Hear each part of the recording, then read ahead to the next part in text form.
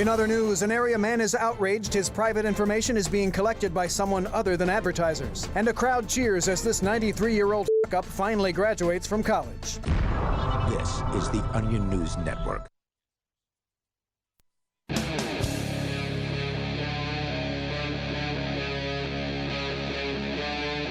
Free Talk Live.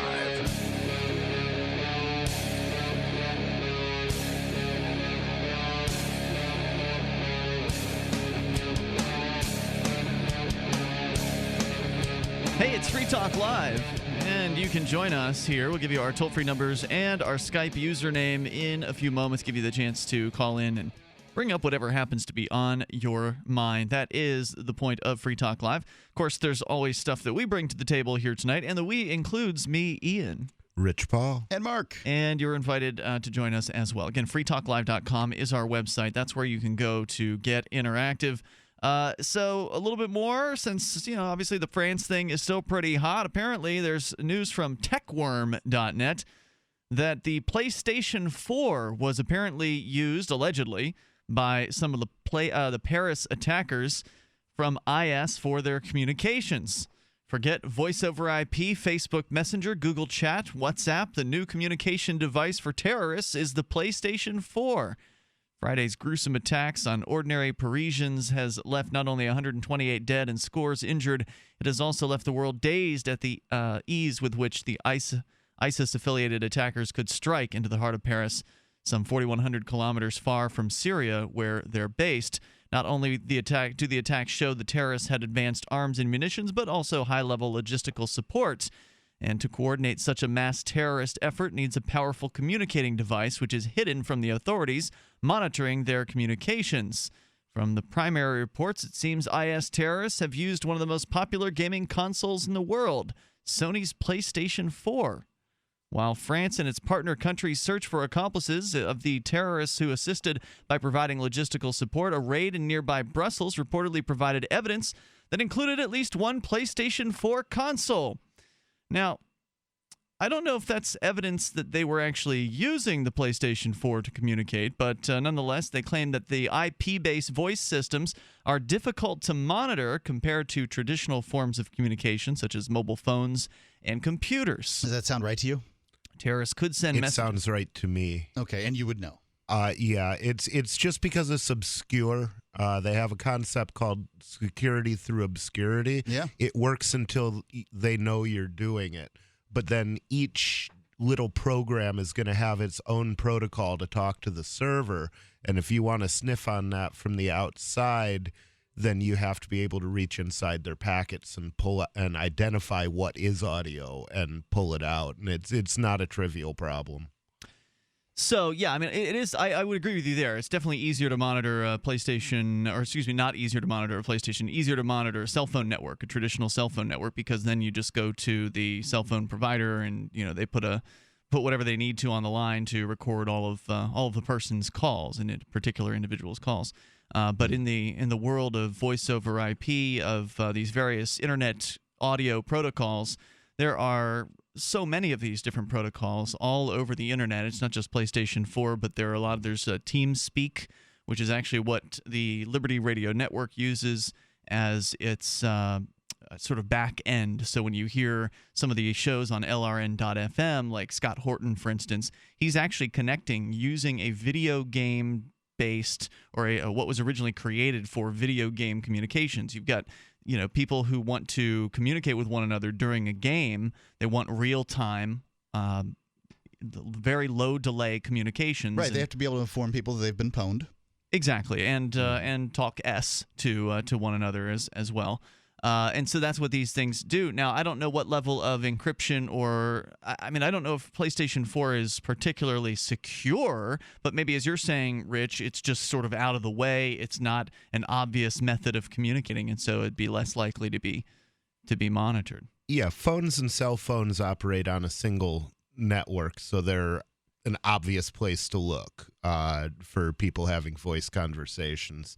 But each program that has voice chat capability built into it becomes another channel that would have to be specifically watched. and it would be a difficult thing to do, especially if they were encrypting the communications, which Right. they may or may not do. Yeah, I don't know if PlayStation 4 offers encryption, but there certainly are plenty of ways to do encryption as well. And so, obviously, if you're interested in doing violence as a potential terrorist, then you would be stupid to plan those things over the traditional cell phone networks. And if you take a little bit of extra precaution, you can actually encrypt your communications and make it near to impossible for them to be infiltrated and found out, because they'd have to know to look for it in the first place amongst the zillions of different streams that are on the internet. And then they'd have to be able to decrypt it even if they knew to look for it in the first place. So, again, whether or not they're using PlayStation 4 here, I don't know. This almost sounds like an excuse by the government agents to play video games at work. Well, this is what it was reminding me of. It was an old story about the NSA buying a bunch of consoles. TJ the Spy was there for this. It's too bad he's not here tonight. He'll be, I think, with us on Friday night this week. But TJ's a former NSA agent. We brought him on the show for his first guest co-hosting last week, and I think he's coming back. I don't know that he was an agent. Wasn't he an analyst? Whatever. He worked for the NSA. Yes. So, I mean, anyone who works for the government, I consider them to be an agent of the state. In that sense. Yeah. So he was there for this when they actually did buy an Xbox or more than one Xbox, and literally allowed their agents to play video games all day long on the premise that they were monitoring the networks there for terrorist chatter.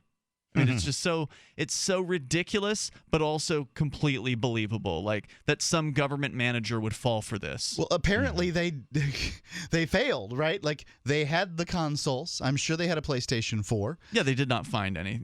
Well, they didn't find Terrorists. these terrorists. These terrorists were doing this.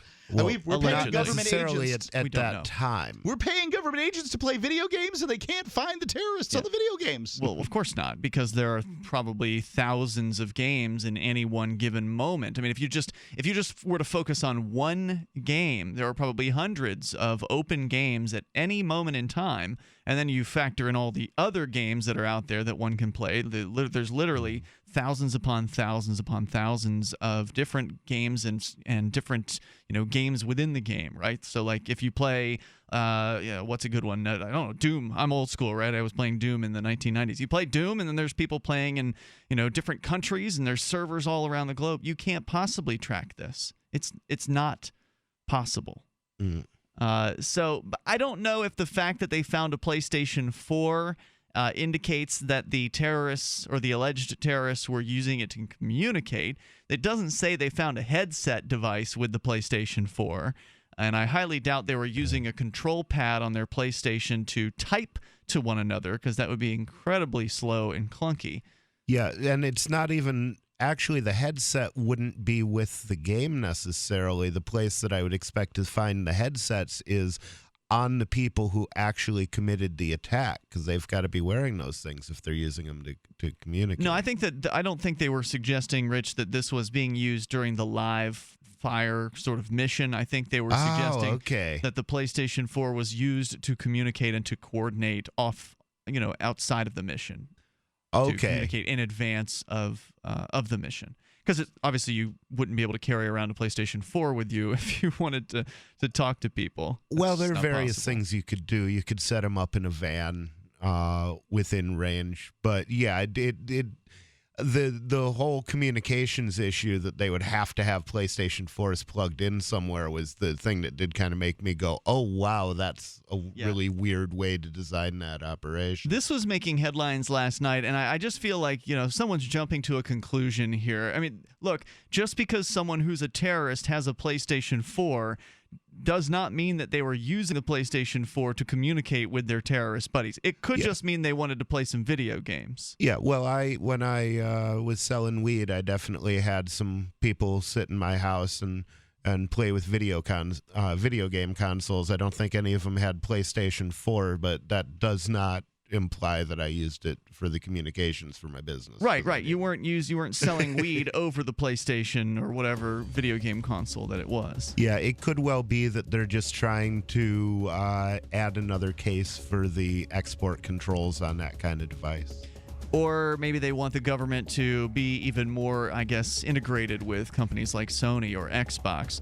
The toll-free number here is 855-450-FREE. That's 855-450-3733. You can join us here, and Edward Snowden's got some tips on how to keep your privacy. It's Free Talk Live. When we ran out, we stopped using it. Why would you stop? Why undo all the good that's been accomplished? We thought everything was fine, and that was not a good thing. No. He started stinking. It was awful. Shedding comes back, loss of hair, lots of dandruff. Scratching will return. His shedding will increase. If I ever took Roy off of Dynamite, he would go back to his hair loss. DINOVITE.com. 859-428-1000. When I get down to the bottom of my box of Dynamite, when I get to about 3/4, Oh no, I've got a couple more scoops. it's time to place my order. Dynamite.com. Each and every day she is getting that Dynamite. The omega-3 fatty acids, Flaxseed, zinc, alfalfa, the digestive enzymes that are cooked out of regular dog food. Just feed your dog right. Use Dynamite. If it's working, don't quit. Don't do what I did and run out. 859-428-1000. 859-428-1000. DINOVITE.com. My name is Bill Bonner, and I have an important message. Right now, the highest levels of government are struggling against an inevitable crisis, but they're about to lose control. When this happens, it will rip our country apart in ways you never imagined, from where we shop to the family you want to protect. Look, I've made predictions like this before. A few years ago, I warned that the housing prices would collapse. Before that, I warned that .com companies would crash, and they did. Those who listened had a chance to save themselves, but this has nothing to do with the stock market. This will affect us all. I've posted a free video at disappearingwealth.com. Maybe you'll disagree with my conclusions, but first you need to watch this video and see the facts for yourself. You can watch the video for free right now by going to disappearingwealth.com. Again, that's disappearingwealth.com. Free Press Publications is an independent, alternative media and publishing company founded in June 2009 with the mission of ensuring a free press for the freedom movement and is committed to spreading the message of peace, freedom, love, and liberty. FPP also gives new authors an avenue for publishing freedom-oriented material. FPP brings you daily news and commentary on the website fpp.cc, as well as a daily 5-minute newscast, FPP Radio News, and weekly news, views, and commentary in the FPP Freedom Minute and Peace, Love, Liberty Radio at fppradio.com, and the monthly newspaper FPP News at news.fpp.cc. Find FPP online at fpp.cc. That's fpp.cc, as in Creative Commons. Did you know that you can listen to and watch Free Talk Live during our live show 7 days a week from 7 to 10 p.m. Eastern via our studio cam at cam.freetalklive.com? Not only that, but you can also chat with other listeners at the same time. Do I need to mention that both the studio cam and chat room are totally free? Outside of Free Talk Live's live hours, you won't see a cam feed, but will hear audio from the Liberty Radio Network. So listen, watch, and chat all free at cam.freetalklive.com. That's cam.freetalklive.com. So you've signed the Shire Society Declaration and are planning your move to New Hampshire to be around more liberty-oriented people. Next, sign up for the Shire Society Forum at forum.shiresociety.com. There are a bunch of people there who are already in the Shire, and they want to meet you. If you're already in the Shire physically, you should also come by the forums. Remember, not everyone uses Facebook. New people are signing up for the Shire Society Forum every month, so drop in and say hello at forum.shiresociety.com. Help get LRN.FM into more ears. Visit promote.lrn.fm for a free bumper sticker, flyers, banners, graphics, and more. Promote.lrn.fm.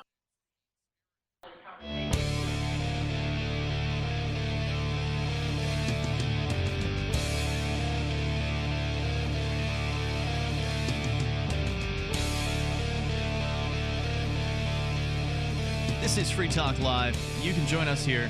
Our toll-free number, it's 855-450-FREE. That's 855-450-3733. And also, you can join us on Skype. Skype username is lrn.fm. And, of course, if you're looking to keep your communications secret, Skype is a terrible idea. Skype is not a secure platform whatsoever, but it sounds pretty good, and you're on the radio with us, so you don't really need security. What do you use for that if you wanted to do that? Redphone is a pretty good one from what I understand. Actually, it used to be called Redphone. I'm sorry, they changed the name of it. It is now Signal, and it's available for both Android and iOS devices. They rolled 2 privacy apps into one. So for a while, we had talked about Text Secure and Redphone as 2 different options for people to use on their cell phones for extra security. Text Secure will provide you with encrypted text messaging. So even if you don't have data, this is one of the things where Text Secure, which is now called Signal, where Signal is very, very cool because, if you've got your cell phone, there's some times when you don't have 3 or 4G, where you just have a cell phone signal. I think it's 1X on my phone. That's data too. 3G, 1X, 4G. That's all data. There's different speeds, generations of data speeds there. So when you don't have any data, you still have a cell phone signal, but there's no little indicator of what the X is or the G is. So that's just a plain old phone signal. You can send text messages over that, but you can't download things. You can't surf the web. So sometimes you're in those circumstances. Signal sends encrypted text messages through the old cell phone signal kind of connection. So it does not need a data connection in order to send encrypted text messages. So every text message you send to someone else that has Signal is encrypted, which is pretty handy stuff. And, of course, it works over data networks as well. Redphone, you do need to have a data connection for, because you're sending encrypted voice audio. And so I'm sorry, Redphone and Text Secure is what they used to be called. So they took those 2 apps, they rolled them into one app, and now it's called Signal. And I highly recommend, if anybody out there cares about securing your communications, Signal is one of the easiest ways to do it. And it's an open source program, as I understand it. Now, I am not the programmer. Rich Paul is a programmer. But open source means you can go in, you can actually read the code, you can audit the software, and make sure that the NSA doesn't have a backdoor, some sort of way for them to monitor or crack into the signal. You definitely can do that with open source software, but in the case of an application that's running on your phone, you're downloading a compiled copy of that from Google. And Google could be giving you an app that is not compiled from the source code that is released by the writer. So that's an excellent point. And the writers themselves could also compile a backdoor into that particular version, but then release the code without the backdoor, so people would see. Yeah, see that it's not they there. definitely could. Now, hopefully, somebody out there is decompiling this sort of thing and checking the code against the source code, but that would take a long time. It's a real pain to do. To decompile a program? Isn't there to decompile it and then compare the output of a decompiled program doesn't look like well-written source code. It looks like source code written by a lunatic. Okay. So so then you have to it's a real task. Figure out if it's doing the same stuff that the original source code did. That is disturbing. Yeah, so that's why I would recommend that anybody who really has serious, secure-style communications, stick with PGP. That's the best, in my opinion. That's what Edward Snowden has recommended in the past. PGP, he says that the NSA cannot crack into PGP, that this is the best way to secure your communications. It can be a bit of a pain compared to something like Signal. Signal's easy. You just install it, and as long as the other person has it, you're good to go. With PGP, there's a little bit of a learning curve involved. But if you really do want to have the best possible encryption, I think that PGP is probably the best option out there to ensure that there's not somebody monitoring your communications. And so apparently this PlayStation 4 story, I was right to be skeptical of this, and I was given a heads up by Sci-Phase Online that apparently, according to TheVerge.com, all morning, outlets from the Today Show to Forbes have been sharing a new angle on the brutal attacks that struck Paris on Friday. Could they have been planned on a PlayStation 4? At a conference, Belgian Federal Interior Minister Jen Jambon described ISIS's preference for the platform, and many outlets described a PlayStation 4 being found at the apartment of one of the attackers, which was enough for the story to spread across dozens of websites. There's only one problem. The interview took place 3 days before the Paris attacks. The Forbes reporter who championed the PlayStation connection, including new details about a PlayStation 4 being found at the attacker's apartment, has now admitted to Kotaku that he got the story wrong, entirely inventing the discovery of the console at the attacker's apartment. Well, that's a little different than getting a story wrong. If you invent something, that's like just making things up. That's not getting the story wrong. That's falsifying information. That's lying. Yeah, that's weird. It's amazing that people make a big deal about plagiarism, but then soft pedal that to that extent, because that's a complete failure of journalistic integrity. That leaves us with no evidence linking the PlayStation 4 or Sony networks to the Paris attacks. There is some precedent for Jambon's claims. In Austria last year, a 14-year-old boy was arrested after downloading bomb-making plans onto his PlayStation. Was that bong making? Bomb, B-O-M-B. Bomb. Okay. It's probably not illegal to have bong making plans. Can we say bomb on the air? Well, you just did, and yes, I think as long you as can. it's not being broadcast where the TSA are. So apparently he made contact. I am drinking out of a water bottle, and I know that makes them very angry, though. He apparently, well, you can actually bring the water bottle in if it's empty.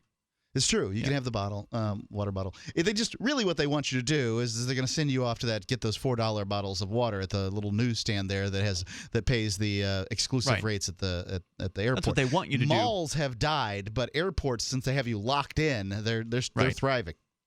So apparently this young man, the 14-year-old in Austria, did make contact with ISIS sympathizers online and then downloaded those bomb-making plans, but the download wasn't secret, and he didn't get away with it. In May, he was sentenced to 2 years in jail in Austria for that. It's remarkable, though, how false information can spread in the wake of a tragedy. After a full news cycle, tens of thousands of people have now been informed of the PlayStation 4's possible role in the Paris attacks, a connection that has little to no basis in fact. So, sorry about that. Apparently that story may have been full of misinformation, and we were a victim of it, as was many other media outlets. You were skeptical of it immediately. I was skeptical. Well, I was skeptical of the idea that they were. I don't find it unbelievable that a terrorist would have a PlayStation 4. A lot of people have PlayStations. I mean, it's a very popular game system, so I believe that. But whether or not they're actually, that's the official method for terrorists to communicate, I found that to be pretty unbelievable. I was underwhelmed by the evidence presented. There was one PlayStation. Didn't they mention a specific game, though? No, they did not. Okay. Toll-free number tonight, 855-450-FREE. That's 855-450-3733. At least if they're using the PlayStation 4, I sure hope, as far as if you're using a PlayStation 4 for communications and you need secrecy, it's probably not the best plan. PGP, that's a good way to do it. But what does Edward Snowden recommend? We'll share that with you. It's Free Talk Live.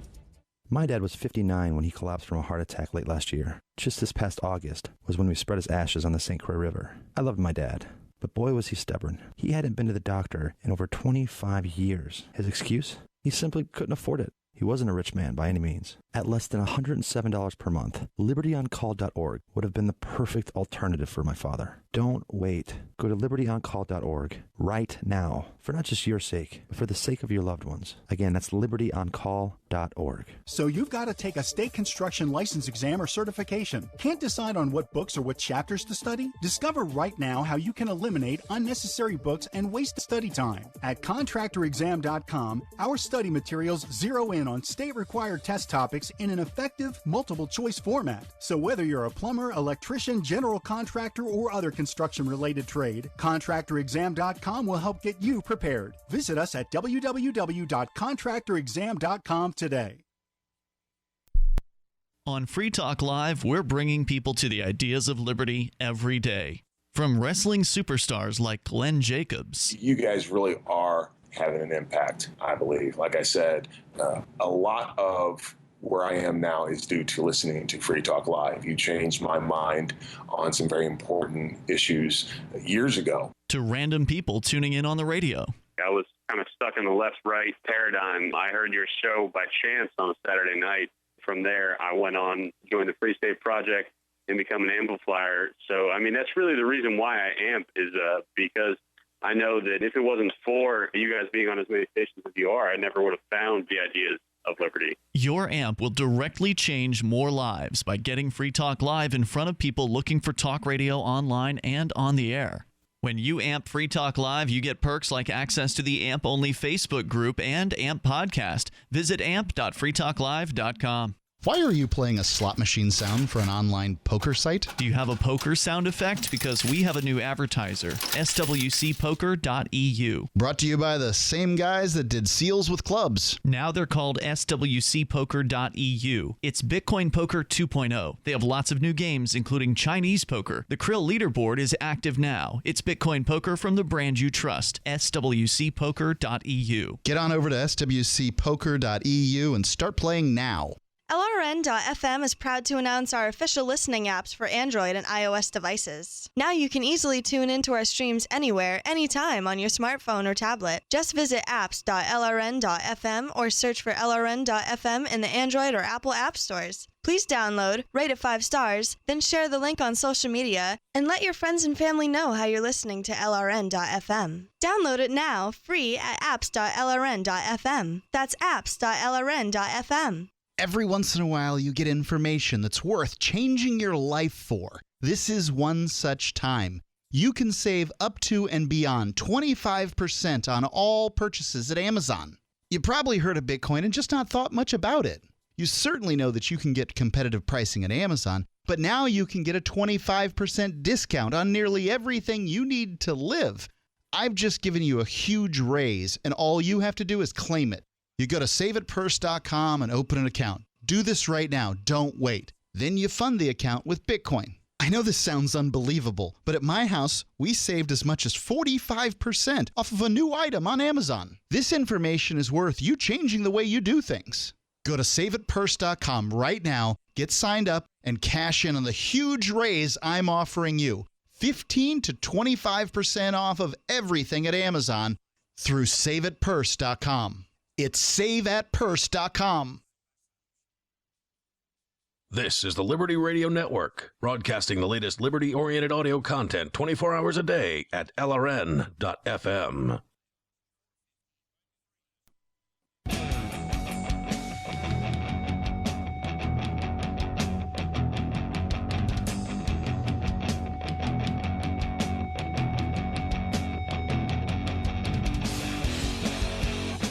It's Free Talk Live. You can join us right here, toll free, 855-450, free, 855-450-3733.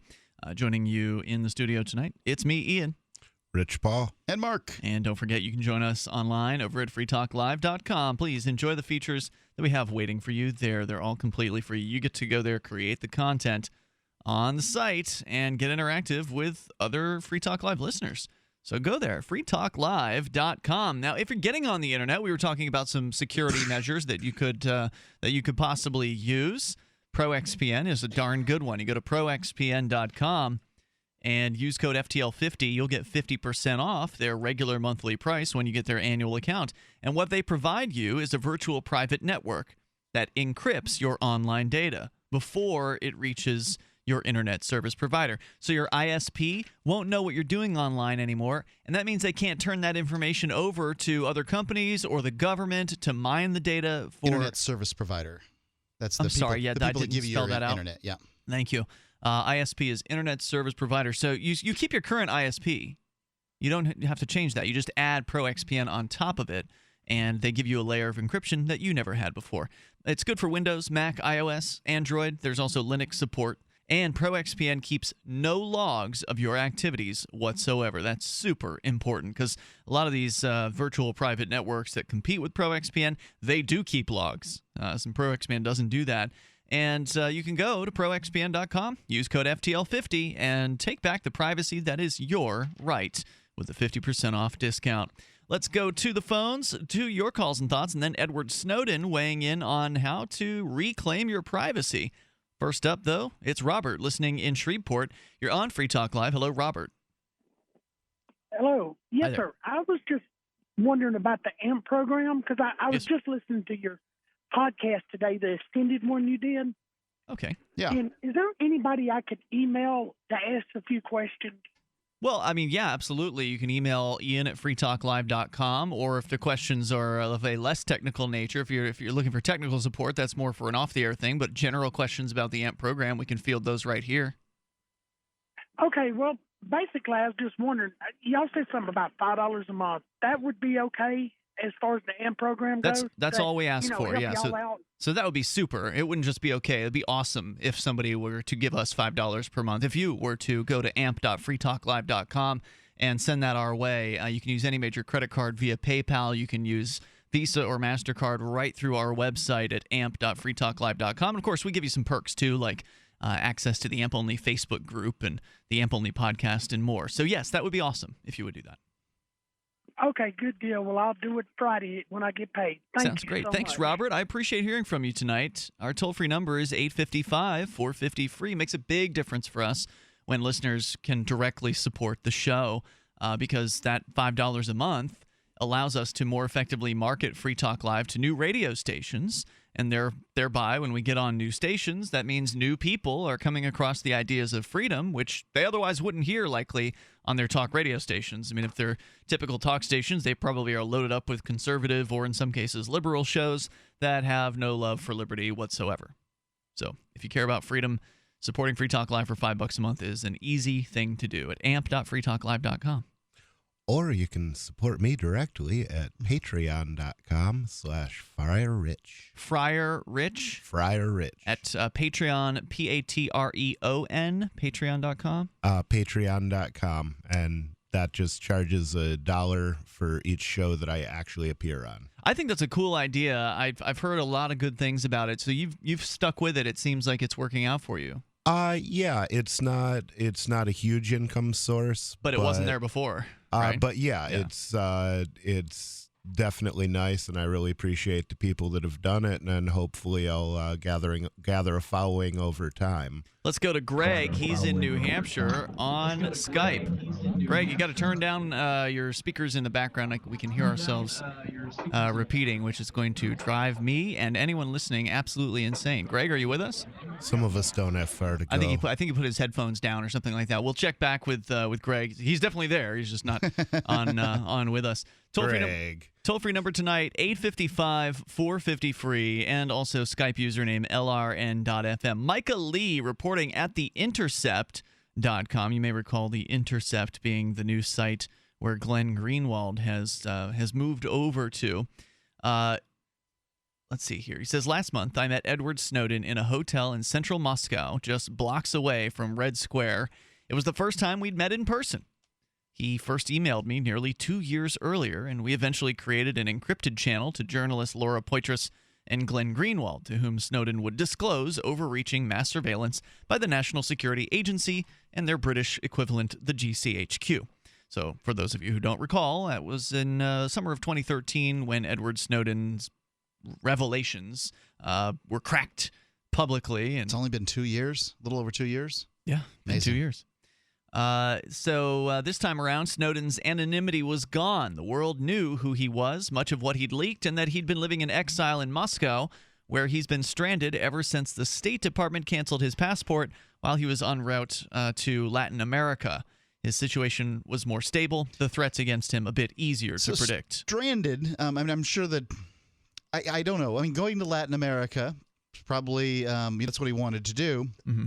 He was in Hong Kong, but then he was trying to go time. from Hong Kong to Latin America. The stopover was in Moscow, stuck in Moscow. Now, he was definitely stranded at the airport for like a month. Mm-hmm. I don't know. He must have been just sleeping on benches or whatever he was doing there at the airport, but that is stranded.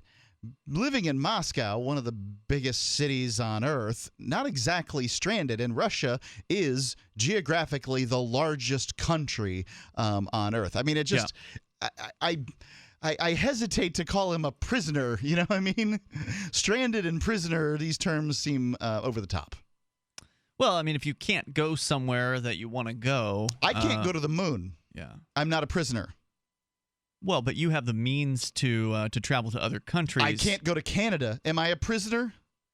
Like, I have the whole globe, and I can't You travel can to leave the United States, Canada though. and the rest of the solar system. You can leave not a prisoner. But you can leave the United States, and they didn't call him a prisoner here. They just said he was didn't use stranded. that terminology. But I wouldn't. I just don't.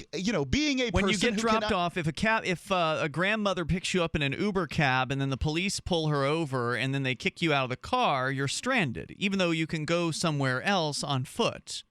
Sure, that affects. At what point does the stranding end? Are you technically unstranded when you reach familiar territory, or when you reach your destination? Right, wherever he went in South America, likely he would be stuck in that much smaller plot of land. Could be. I'd be willing to wager that South America is smaller than the country of Russia. I think now, you're right. Admittedly, much of Russia is pretty inhospitable, but if you're a big hiker, maybe you'll love it. I don't know.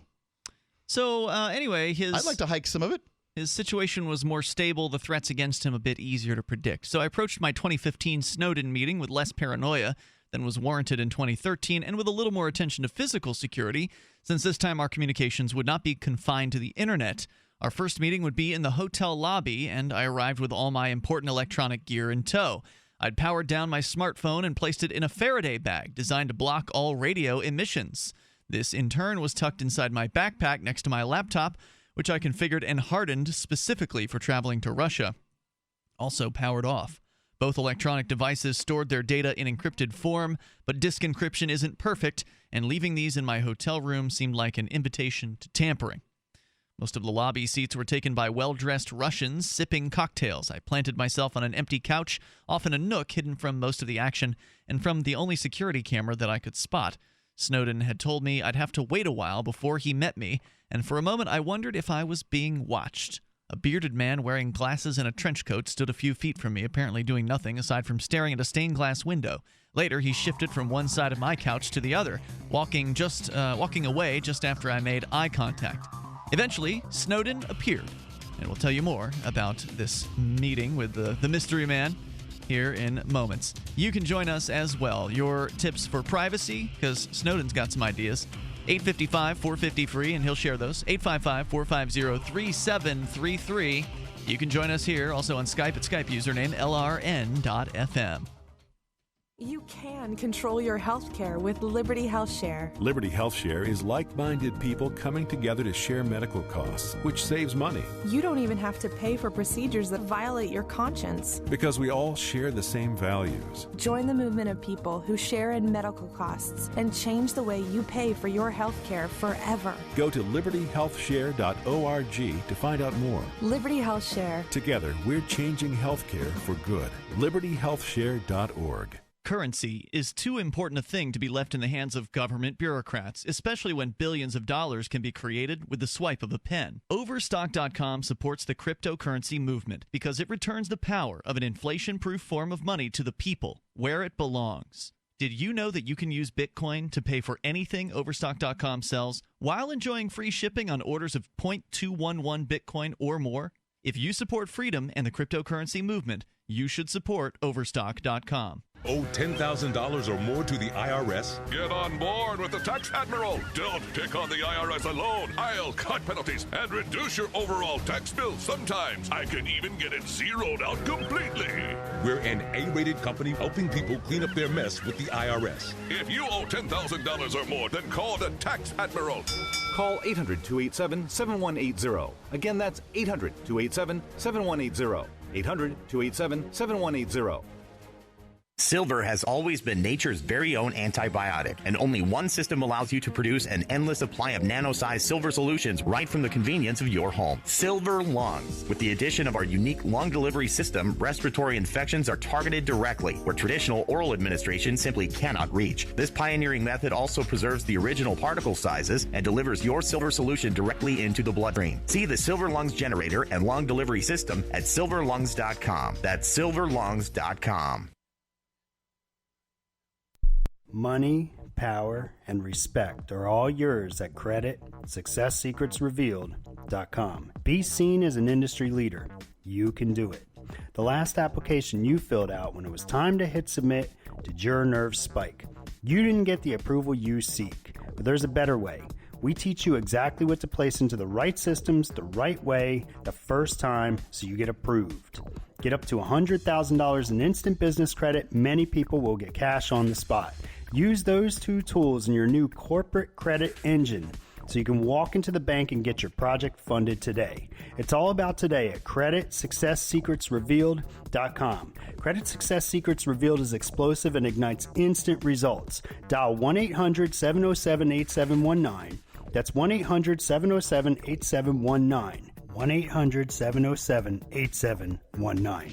Or just go to creditsuccesssecretsrevealed.com. The three most important things you can do for Free Talk Live are: 1, share one episode a week on Facebook or in some other social networking site. 2, buy the things you buy online through shop.freetalklive.com. 3, give $5 a month to the AMP program. You likely buy all kinds of things online. Amazon is the largest online retailer. You can get what you need at the same prices with free Super Saver shipping by going to shop.freetalklive.com. Please do your online shopping at shop.freetalklive.com. Our thoughts and hopes go out to those affected by war, terrorism, and tyranny in all its forms. This is your Roberts & Roberts Brokerage Daily Precious Metals Update. In early trading Monday, gold is up $2 at $1,086 per ounce. Silver is even at $14.33 per ounce. Bitcoin is trading at $320 US. Call Roberts & Roberts Brokerage today at 800-874-9760 or visit us online at rrbi.co. You can sign up to receive the latest about the Liberty Radio Network via our email updates at updates.lrn.fm. That's updates.lrn.fm.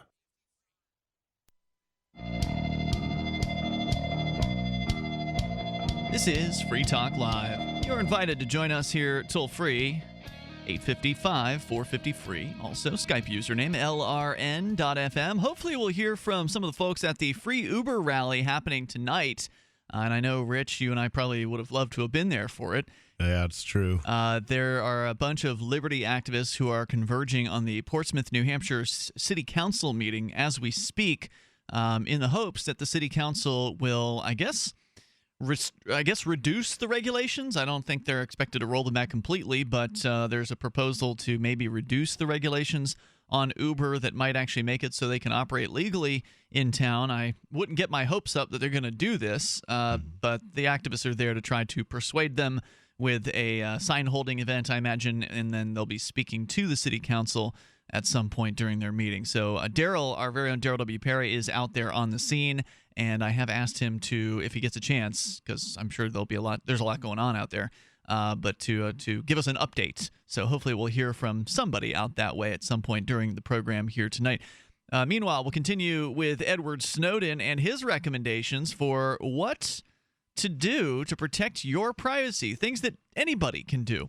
We'll get into that here, and I also want to let you know about Nuts.com. We have been munching away on various delicious treats from Nuts.com here in the studio tonight. I'm sad to say that we're reaching the end of our 5-pound bag of the Nuts.com chocolate-covered pretzels. Yeah, those things rock. Yep, and I'm actually happy we made it for an entire week on 5 pounds of them. We've been sharing them with all the co-hosts that come in here, and they are awesome. The chocolate and caramel pecans, what we called turtles at my house when I was growing up, those didn't last long at all. Nope, those are very, very fancy. Poof, they're gone. We've got the organic trail mix, which is excellent, and there's so many different choices over at Nuts.com. They are more than just nuts. Over 3,000 healthy snacks, including dried fruit, sweet treats, as well as even cooking and baking goods, including almond flour, chia seeds, spices, grains, and any powder you want to throw in your smoothie. They've got sugar and gluten-free items, as well as coffee and teas. But, of course, nuts is what they made their business on. And, in fact, they've been around for a long time. Since 1929, it's a family-owned business, and they have prided themselves on delivering the best in nuts and dried fruit that you'll find anywhere. It's only the freshest products from the best suppliers in the world. It's a super easy-to-use site. Go there, 100% satisfaction guaranteed, and you get a special offer because you're a Free Talk Live listener. What you do is you click the microphone on the front page, type in code FTL, like Free Talk Live, and you, as a new customer, if you're a new customer, will get 4 free samples, which allow you to choose from over 50 options with your first purchase. So, awesome. You get what you want, and then try a few new things over there at Nuts.com. It's a $15 value, those 4 free samples. Use code FTL. Click the mic to get to the code entry. It's nuts.com. And we've been really enjoying their products here in the studio. The packaging's great. The product is excellent quality. Yeah, they're high quality, and I love them. Nuts.com, code FTL. Let's go to Greg. We're trying him again here. He's got headphones on now, so hopefully the audio issues are solved. Greg, go ahead. Oh, yes, headphones for Skype. Sounds Am great. I coming through? Yes, go for it. Awesome. It's like I'm there in the studio. Okay, I just wanted to talk about the CONCON, the Constitutional Convention. I think it's kind of a misnomer as far as I think it's more of an amendments proposing convention, and I think that's important because when you say CONCON, you're thinking, oh, well, that's a big overhaul. We're going to throw out the old and come in with the new.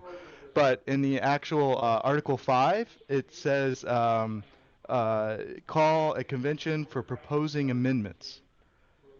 So there's going to be various amendments that come out of this, and you can choose the amendments case-by-case basis. Also, there's an argument that the amendments should be according to the purpose of the legislators wanted for calling the convention. And in this case, a balanced budget convention is being called. So there's some legal argument that you have to only propose amendments within that range there. So is there anything to that argument, though? I mean, it would seem to me that once the Constitutional Convention is called, it's open season for anybody to propose anything. Yes, but they still these proposed amendments. It used to be only Congress up to this point has only proposed the amendments that have been ratified up to this point. This section of Article 5 has never really successfully been used where the states activate creating a proposal. So the problem is you can't even propose things without going through Congress. So all this does is open it up to the states to propose things, and then the states have to ratify what's been proposed afterwards. So there's two cycles to it. It's just a new way to propose, basically. So, I mean, is there any actual chance this is going to happen? I mean, we had a guy call in the other night. He's in federal prison. He's filed a lawsuit to try to force some sort of constitutional convention to move forward or to somehow punish Congress for not moving forward. He says 49 of the 50 states have actually put in the necessary requests to start one of these constitutional conventions. What do you know about that? Oh yeah, that was I believe Gary. I was listening yesterday, and he had a great point. And in fact, there's a website that I think kind of covers some of this. It's called Friends of the Article 5 Convention, FOAVC.org, and it kind of goes through what I believe is the true state of the convention, of what it's all about, and. It's balanced budget convention that's being called. The 49 states specifically called for a balanced budget convention when they passed this call. So legally, the thought is I'm sorry to interrupt, but hasn't it been over a period of decades where each of these states have sort of thrown in for this? It wasn't that they all did it at once, was it? Oh yeah, there's some. The craziest example of this is everybody knows there's 10 Bill of Rights, right? Well, no, actually 12 were proposed. And actually 11 have been passed. And the 11th one took forever, and it was like the limiting of salaries, Congress raising their salaries until the next session, whichever minute that was. I got to look it up. It's like 20-something. That was like, I think, 1990-something that got passed, and it was the original 12 Bill of Rights proposals. So it was from 1789. Yeah, a long time ago. Yeah, that took a ways to get through. Years. Yeah. Yeah. And it only passed in the 90s, so there's great examples. Why did that pass in the 90s? They didn't have a constitutional convention back then, did they? Well, it was originally proposed, and the 12 original proposals in the Bill of Rights, only 10 got passed, but that doesn't mean that the other two expired. There's no expiration. So they don't get taken off the table. They just sit there, and then the states have to vote on it, and they can vote over hundreds of years? Yes, and finally it got the two-thirds, I believe. I got to look that up. Wow. Yeah. What a system, huh? Wow. So what's the other right that for which we have not yet paid the bill? The other right? The other unratified plank of the Bill of Rights. Oh, that one is super interesting. In fact, I find it more interesting than this Article 5. It has to do with the proportion per capita representation for your Congress critters, as I like to call them. So there's this website, I believe it's called 30,000.org or something like that, and it goes over basically, 425 Congress critters, if I remember right. 435, I think. In the House. 35, right. And that number has stopped growing in about kind of 1940s-ish. Okay. And it used to grow according to population, and it's allowed to. And Congress can set it. This is the irony. They can set, how many members of Congress in this various states, but they've decided not to raise this. And the first proposed Bill of Rights out of the 12 was to lock in a ratio. Well, yeah, the ratio, that makes some more sense because let's say the population of the United States doubles in 20 years, 600 million people. Well, if you have the same amount of representatives, 435, then that means, and these representatives are intended to represent the people, that means they represent me, an individual, half as much as they did before. Not to say that they actually represent me, because they certainly don't, but I'm just saying that... And half of zero is carry the zero. Zero. Hey, Greg, thanks for the call and the info tonight, man. Appreciate hearing from you. I'm glad we got the connection working there. Skype username still working. It's working that's fine. weird. I hit the hang up button there. Maybe that's not him. Oh, I see what that is. That was actually the live feed from Portsmouth, the free Uber Portsmouth. Daryl W. Perry streaming the city council meeting live. I thought Greg was underneath it the whole time. Yeah, I thought that was Greg's background audio. So, there's a city council meeting going on about the Uber crackdown that's been happening in Portsmouth, New Hampshire. We'll definitely talk more about that because the grandma who was the first person to be ticketed for being an Uber driver with a $500 ticket, she'd been ticketed again. They got her again. She did not stop driving for Uber. Now she's facing a $1,000 ticket over this. Is this creating points on her license? I don't know about that. That's I doubt it would because it's a city ordinance. It's not traffic law. The toll-free number tonight is 855-450-FREE. We'll talk about the Uber crackdown, and Edward Snowden's got some tips for you on how to keep yourself private out there in the world, on the internet, etc. This is Free Talk Live, 855-450-FREE. You can join us. Are your kids spending too much time online? Are they gaming instead of doing homework? Are they on Facebook instead of sleeping? Turn their internet access on or off when you want for free at webcurfew.com. 100% web-based interface means nothing to download, install, or configure. Web Curfew is free and controls any device using your home network without slowing down your internet. Block all adult web content with the click of a button. Don't let the internet raise your kids. Take back control of how and when your home internet is used for free. Visit webcurfew.com. You can control your health care with Liberty Health Share. Liberty Health Share is like-minded people coming together to share medical costs, which saves money. You don't even have to pay for procedures that violate your conscience. Because we all share the same values. Join the movement of people who share in medical costs and change the way you pay for your health care forever. Go to libertyhealthshare.org to find out more. Liberty Health Share. Together, we're changing healthcare for good. libertyhealthshare.org. There comes a time when you need custom embroidered or screen printed apparel for your business, organization, or a special event. Corporate Casuals has been helping people create great looking logoed apparel for over 25 years. They can produce a single piece or thousands using name brand apparel like Nike, Patagonia, Adidas, and Hanes. Create your logo in their online embroidery design studio or upload your existing logo and they'll turn it into embroidery. Go to corporatecasuals.com/FTL and include FTL in the order notes and save 5% on your order.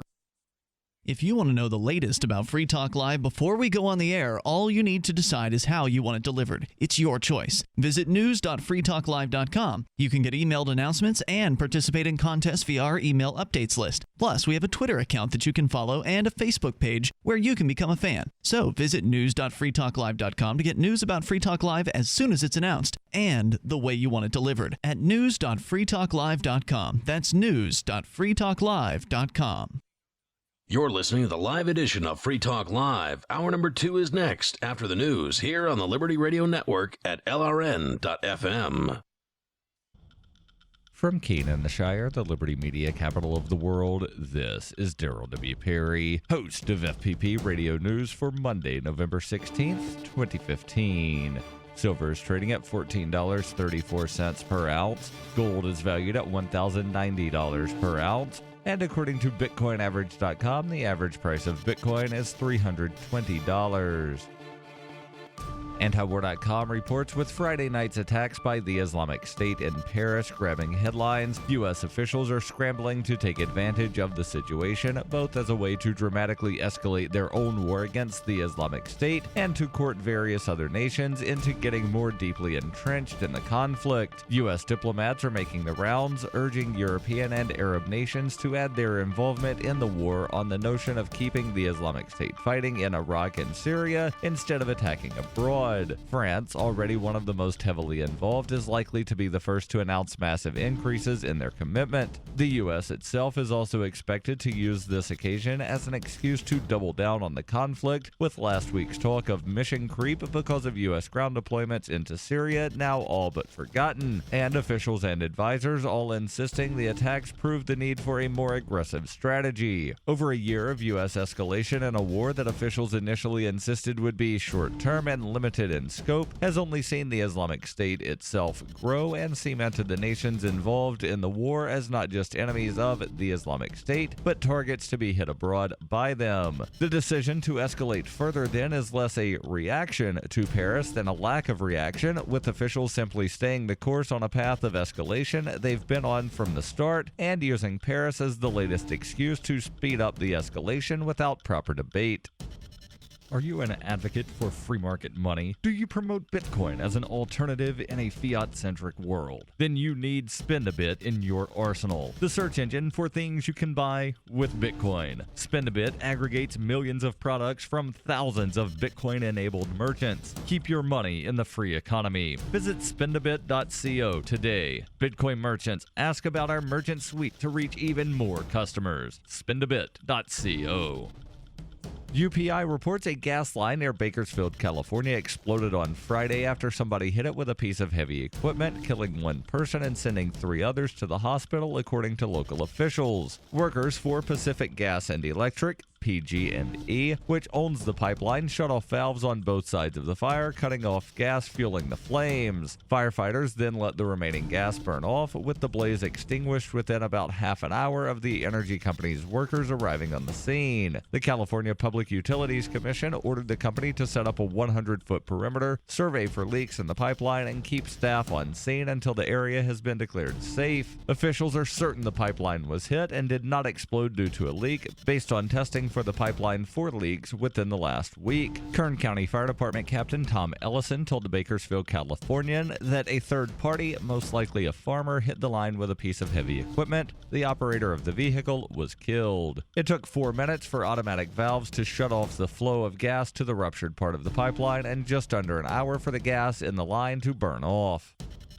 For nearly 40 years, Roberts & Roberts Brokerage has been a trusted source for buying and selling precious metals like gold and silver. They also take Bitcoin for precious metal purchases and have permanently removed the minimum purchase amount for all orders paid in the digital currency. Call Roberts & Roberts today for knowledgeable advice on buying and selling precious metals and a forward-thinking approach to new technologies. 800-874-9760 or visit online at rrbi.co.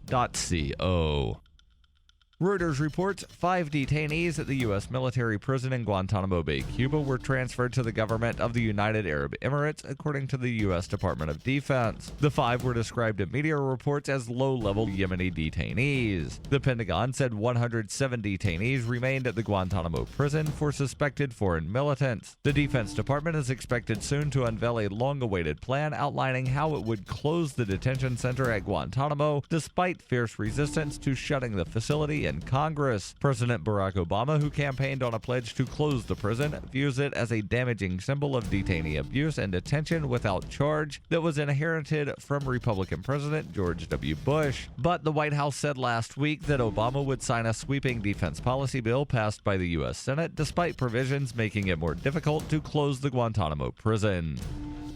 This has been FPP Radio News, online at fppradio.com. Well, our own Rebecca Mera takes us on a tour of the Olympic Village. We have a full-size bed, lounge area, showers, plenty of space, which is great because I'm constantly having sex in there. The Village is a temporary home to the world's most physically impressive athletic men and women. It was important to the Olympic Committee to give them a comfortable, state-of-the-art area to each other's brains out while they're not competing. We have a pool where they can have a sex, a theater where they can have a sex. All these athletes are hot, horny, ready to go. They deserve the best.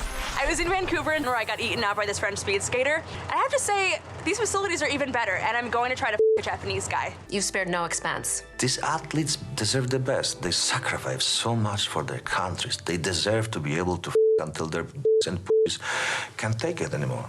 And these facilities won't go to waste. Once the Olympics are over, they'll be converted to a resort where Russian businessmen can come to their prostitutes. This is the Onion News Network.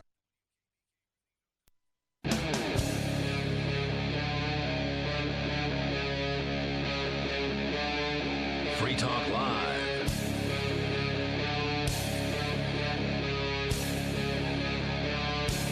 This is Free Talk Live. You can join us. The toll-free number is 855-450-FREE. That's 855-450-3733. Also, join us on our website over at freetalklive.com, where all the features are completely free for you. So please enjoy those. You can get there and go and get interactive. It's been redesigned for 2015. Looks very sharp. So enjoy. freetalklive.com. With you tonight, you've got me, Ian. Rich Paul. And Mark. So coming up, the latest from the Uber crackdown happening in Portsmouth, New Hampshire, where there are civil disobedience Uber drivers on the streets on a nightly basis, picking up people, taking them where they want to go, and risking those bastards, and risking tickets and potential arrest for their actions. And that's developing tonight with the grandmother lady who was ticketed the first time, receiving a second ticket over the weekend, from what I understand. And now the free Uber folks and supporters are at the city council meeting tonight, and hopefully we'll be hearing from them with an update to that story. But just to bring you up to speed, if you're just tuning in, we are going to share with you Edward Snowden's tips for how to reclaim your privacy. This is a story over at theintercept.com. It's Micah Lee who is writing here. Yeah, that's Glenn Greenwald's website, right? Yeah, Glenn Greenwald is involved in this site. I don't know if he actually owns the site itself. In this case, Micah Lee is someone who works with Glenn, and he actually went to Russia into a hotel to meet with Edward Snowden. And the beginning of the article is just sort of the setup that they're in this hotel lobby and he's waiting and a little paranoid that he's being watched. And then Snowden appears. We smiled and said, "Good to see you," and then walked up the spiral staircase near the elevator to the room where I would be conducting the interview before we really started talking. So why do you suppose Snowden has to be very careful about who he meets in public places or wherever in Russia? Is it because... I don't know, maybe the CIA will abduct him or something like that. Who knows? Yeah, maybe that's what it is. Eventually, Snowden, let's see, it turns out I didn't need to be quite so cautious. Later, he told me to feel free to take out my phone, which he had put into a Faraday cage prior to this. He said Faraday bag, but okay. So I could coordinate a rendezvous with some mutual friends who were in town. Operational security, or OPSEC, was a recurring theme across our several chats in Moscow. In most of Snowden's interviews, he speaks broadly about the importance of privacy, surveillance reform, and encryption. But he rarely has the opportunity to delve into the details and help people of all technical backgrounds understand OPSEC and begin to strengthen their own security and privacy. He and I mutually agreed that our interview would focus more on nerdy computer talk and less on politics because we're both nerds and not many of his interviews get to be like that. I believe he wanted to use our chats to promote cool projects and educate people. For example, Snowden had mentioned prior to our in-person meeting that he had tweeted about the Tor anonymity system and was surprised by how many people thought it was some big government trap. He wanted to fix those kinds of misconceptions. Yeah, a lot of people think that. Our interview, conducted over room service hamburgers, started with the basics. So the interviewer, Micah, asks, what are some operational security practices you think everyone should adopt? Useful stuff for average people. And that's what obviously we should focus on this show, because this isn't a tech podcast. We don't need to drill down into the nitty-gritty. Right, the of experts don't need help with the information on how to do this, and they can go and they can figure out the most high-end stuff out there that they want to do. It's the average folks that need some level of privacy, and I think most of them want it not because they care what the recipes or the pictures of the kids are, but because they just don't like the idea of the government spying on what they're looking at. Well, encrypting all your traffic is also the patriotic thing to do, because if you're encrypting all of your shopping lists when you send them out over the internet, then the NSA has to spend their time cracking the that shopping too. list. Yeah. So the more stuff you encrypt, the better. So he goes on to say here that the first step anyone could take is to encrypt their phone calls and their text messages. You can do that through the smartphone app Signal, which is what we were discussing earlier in the show tonight. Is that what it's called now, Signal? So they rolled into Signal. The Signal is a new app. It used to be Text Secure and Red Phone. They rolled both of those apps into the same app. So now you only need to download one app, and it will protect your texting and your phone calls in theory. He says it's free, and you can just download it immediately. And anybody you're talking to now, their communications, if it's intercepted, can't be read by adversaries. So Signal is available for iOS and Android, and unlike a lot of security tools, it's very easy to use. It's really simple. You download this app just like any other app in your Play Store or your App Store. Download it. It installs. You open it up. I think you set a password, and you're good to go. Basically, at that point, the only other thing you have to do is ensure that the other person you're talking to also has the app. You can't send an encrypted text message to someone who can't read it, so that doesn't work. So as long as the other person has the app, the other person has to have the app for the calls or the texting to be encrypted. Otherwise, it will just bypass.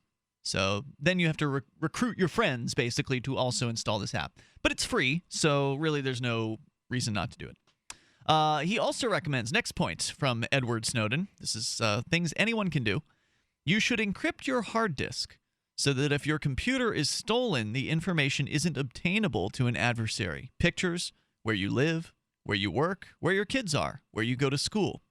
And there's a handy guide to encrypting disks that is linked to from this article, which we will post on our Facebook and our Twitter. So those of you who want to dig into how to go about doing that, there are ways to do it that are relatively simple. Next point, use a password manager. One of the main things that gets people's private information exposed, not necessarily to the most powerful adversaries, but to the most common ones, are data dumps. Your credentials may be revealed because some service you stopped using in 2007 gets hacked, and your password that you were using for that one site also works for your Gmail account. And, of course, if someone can get into your email account, then they will likely have access to every other thing you do online, because every other website has the I forgot my password thing, where you click that and then they send the new password to your email address. So for people who, if you're trying to remember a bunch of different passwords, that's not possible. That's why people have the same password on a bunch of different websites, because who can remember a zillion passwords? Well, now they have apps for that. And he recommends, let's see here, he doesn't specify. So there are different ones out there. I like LastPass, but maybe that's not the best one. Maybe if you've got a recommendation, you can suggest one. So these are these. I use LastPass too, but and LastPass will offer to let you. It'll create passwords for you. It'll generate confusing letters and numbers, things you could never remember. Yeah. And so for websites that you might need to get on that aren't on your normal computer, then maybe you need something else. But I heard of a trick that seems to allow for you to have a different password for every website. So let me for instance, you have a series of letters and numbers that you use on a regular basis. Say you pick your favorite radio station from a child, and then you, say take, some of the letters from the website you're visiting. Okay. So, for instance, if you're at Google, you take the first four letters. You take the first four letters of the website. So GOOG. And on Facebook it would be FACE. Or on Free Talk Live it would be free. So you would just every website you would, for instance, have the radio station. WOR?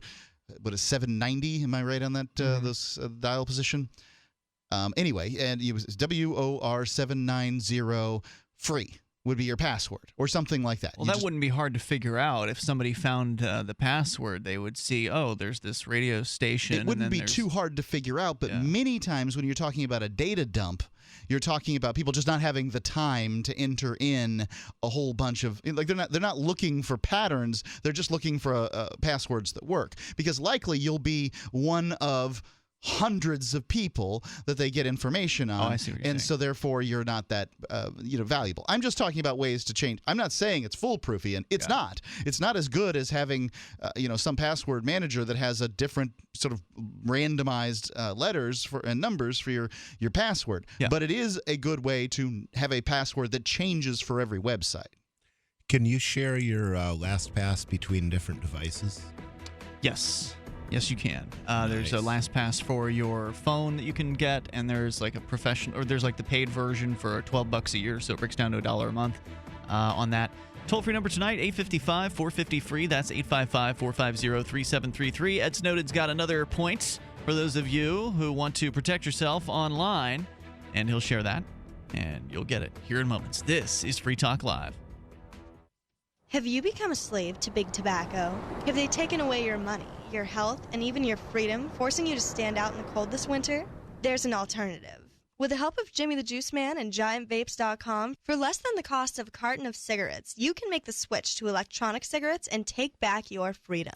At GiantVapes.com, you'll find a selection of high-quality, reasonably priced electronic cigarette hardware kits to get you started, and a selection of delicious, premium, flavored liquid refills from the award-winning Jimmy the Juice Man brand. These aren't the junk you find at your local convenience store or gas station. Use coupon code FTL10 for 10% off your first order of hardware and Jimmy the Juice Man brand liquid at GiantVapes.com, where you'll always get free guaranteed same-day shipping.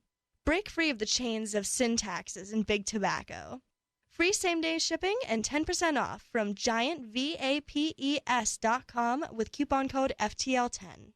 That's GiantVapes.com with coupon code FTL10. Pro Pure Water, the way nature meant it to be. Clean, crisp, and refreshing. Pro Pure, the most trusted name in gravity water filtration systems. With the silver-infused Pro 1G 2.0 all-in-one water filter. Helps remove and reduce over 200 contaminants. Don't purchase just any filter claiming to be certified. Get the Pro 1G 2.0, the only gravity filter with NSF 42 certification. NSF, valued and recognized for independent certification worldwide. In addition, the Pro 1G 2.0 was independently tested to meet NSF 53 and P231 standards. Pro Pure, easy to assemble, easy to maintain, easy to clean filters. Purchase with confidence in quality, performance, and customer service. Take advantage of our biggest holiday 25% off sale going on now. Visit your authorized Pro Pure dealer or ProPureUSA.com. That's ProPureUSA.com. Or call 800-544-3533.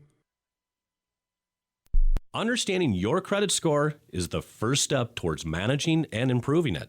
This is Charlie Sundstrom with your Van Dyke Mortgage Minute. The most influential component of your credit score is your payment history. Almost equally as important is the amount you owe on credit accounts. Also impacting your score, but to a lesser degree, are the length of time you've utilized your credit, the number of new accounts, credit inquiries, and your various types of credit accounts. To help achieve or maintain a healthy credit score, have a system set up to assure your bills are always paid on time. Don't max out your cards. It's better to have a high credit limit with a low balance. Never close old accounts. The age of these can actually help your credit score. But don't be afraid to use your credit. You need several accounts in order to have a credit score. Just keep the corresponding payments within your means. For your mortgage pre-approval and refi needs, start by visiting VanDykeMortgage.com.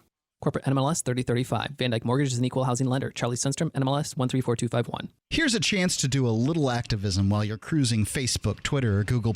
Between the LOL cats, the recipes, the hot girls, and the inspirational sunrise memes, Free Talk Live's posts pass by your newsfeed. Like them, comment. It gives us more exposure. If you don't see our posts, click like at facebook.freetalklive.com and then hover over it to click Get Notifications. It's an easy way to spread the ideas of liberty a bit further. I know you're busy, but you can spare that tenth of a calorie it takes to click on something. Facebook.freetalklive.com.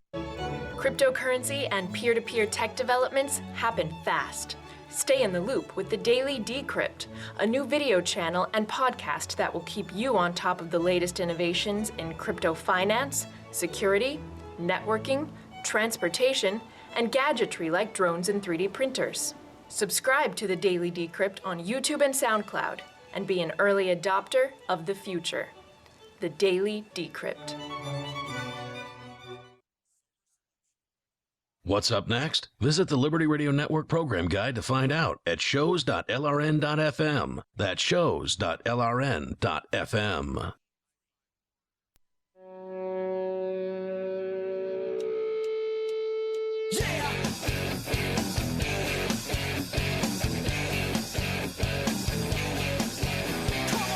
Free Talk Live. You join us here if you want. Toll-free numbers 855-450-FREE.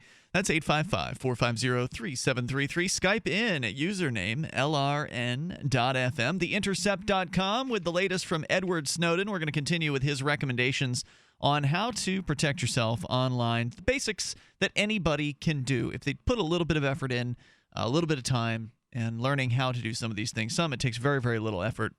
You got to do it. You got to take the time. It takes maybe 5 minutes. Download Signal, install that. Easy. Encrypting your disk might take a little bit longer, but there's a step-by-step guides for that, and as long as you follow the guides, you'll be good to go. Brave New Books has been around since 2006, and they specialize in books on libertarianism, anarchism, economics, conspiracy, natural health, survival, and more. It's all the good stuff that the government doesn't want you to read. They carry amazing health products. They've got water filtration products, and Brave New Books is a place in real life, too. Mark, you and I had the pleasure. We've been there. It's been awesome. It was awesome, We had the pleasure of going there in Austin, Texas. They're located on Guadalupe Street, 1904 Guadalupe Street. So if you're in the Austin area, you can physically go there. But for the rest of you, you can go to bravenewbookstore.com. It's owned and operated by Liberty activists John Bush and Catherine Bleich, both of whom we've had on this show many times, from the Porcupine Freedom Festival to the Liberty Forum to just here in our Keene studios. As a matter of fact, they were most recently here on their unschooling tour, where they took over the unschool bus it was the Bitcoin tour, the Bitcoin bus tour. That's what it was. They took the unschool bus over from New Hampshire, turned it into the Bitcoin bus, and then drove it back down to Austin on a road trip. So that was the last time they were in our studio. And it was shortly after that they actually purchased the Brave New Bookstore from its previous owner, and now they are in full operation and keeping things going. And I'm really excited to have them on board as a sponsor here on Free Talk Live. I hear they have really great water filtration equipment there, too. Yeah, they got all that stuff as well. Go to bravenewbookstore.com. They're helping spread liberty and truth, and you can help them and get some great books and other products as well. bravenewbookstore.com. We go to Daryl W. Perry. He's calling on Skype from Portsmouth. Hey, Daryl. So the city council just voted, I believe it was 10-2, to move forward. Uh-oh. And we have lost Daryl. It appears that about the most inopportune opportunity. Like, I don't know what. Hold on, Daryl. The Transportation Commission out here have a look at some recommendations that were made by Uber. Okay. Hello? Yeah, we've got you. There was a serious delay for a moment there, and I don't know how live we are with one another. I'm not sure how long it's taking our audio to reach you, but go ahead. You're saying they're voting to allow a committee to consider some suggestions from Uber? Yes. So Uber has made apparently 3 suggestions, and so the motion that was made and adopted would allow the Transportation Committee out here to look at those 3 and then bring them forward to the full city council separately. That way they would wind up voting on each of the recommendations separately, which I think might actually wind up being a good thing. I believe they're going to have the next city council meeting on this on December the 7th. So it would be the first Monday in December is the next time the council would actually take this up. So until that time, Uber driving is illegal in Portsmouth, right?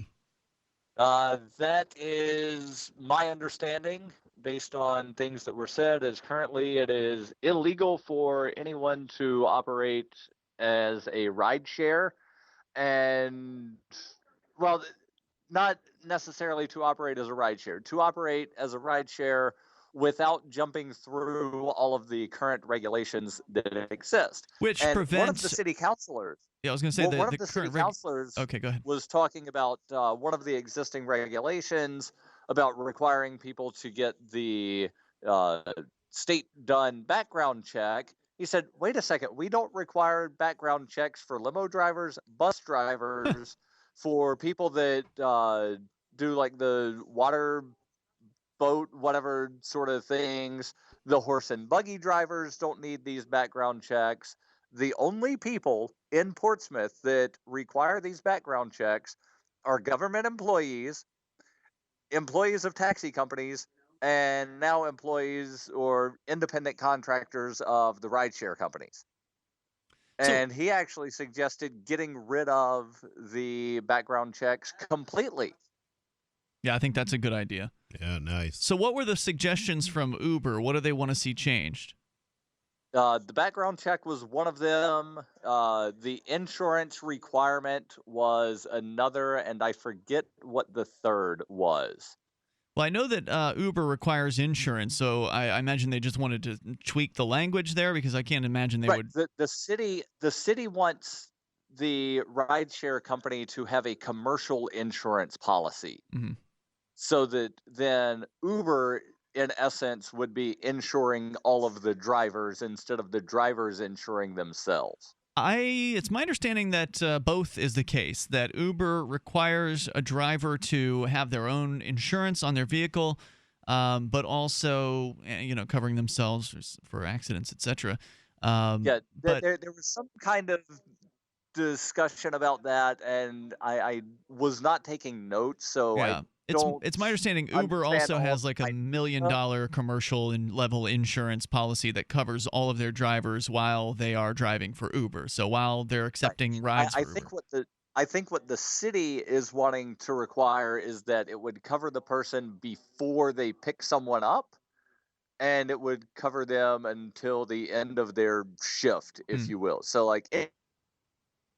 Of course, Uber doesn't have shifts, and Daryl, you're cutting out again. Maybe a bad data Anytime you're in the connection. vehicle, it would cover you, not simply while you have someone in the vehicle with you. Gotcha. So I'm glad to hear that they're voting at least to have the committee hear it. That's a step in the right direction. Obviously, it's going to be a process here. Usually, these committees, they hear things, and then they might put it on more time, so they might drag it out, or maybe they'll hear it relatively quickly. Based on what they were. On Wednesday of this week, it will come before the City Council December 7th for the first reading, and then I think from there it would go to a second reading, and it might wind up getting done before the end of the year, but don't know how likely that's going to be. I thought it was interesting. The Republican candidate Rand Paul took the illegal Uber taxi ride, the illegal Uber It actually ride. wasn't an Uber ride. He was just given that ride courtesy of Christopher David, who is the head civil disobedient, but he is not currently driving for Uber because he's on bail conditions. I see. So that was not an Uber ride, but he was driven somewhere It looked a lot like an Uber ride. by Christopher David, who formerly was an Uber driver. Now, what's the turnout like there, Daryl? I was watching some of your live stream earlier on your Bambuser channel, and it looked pretty dead in that city council chamber.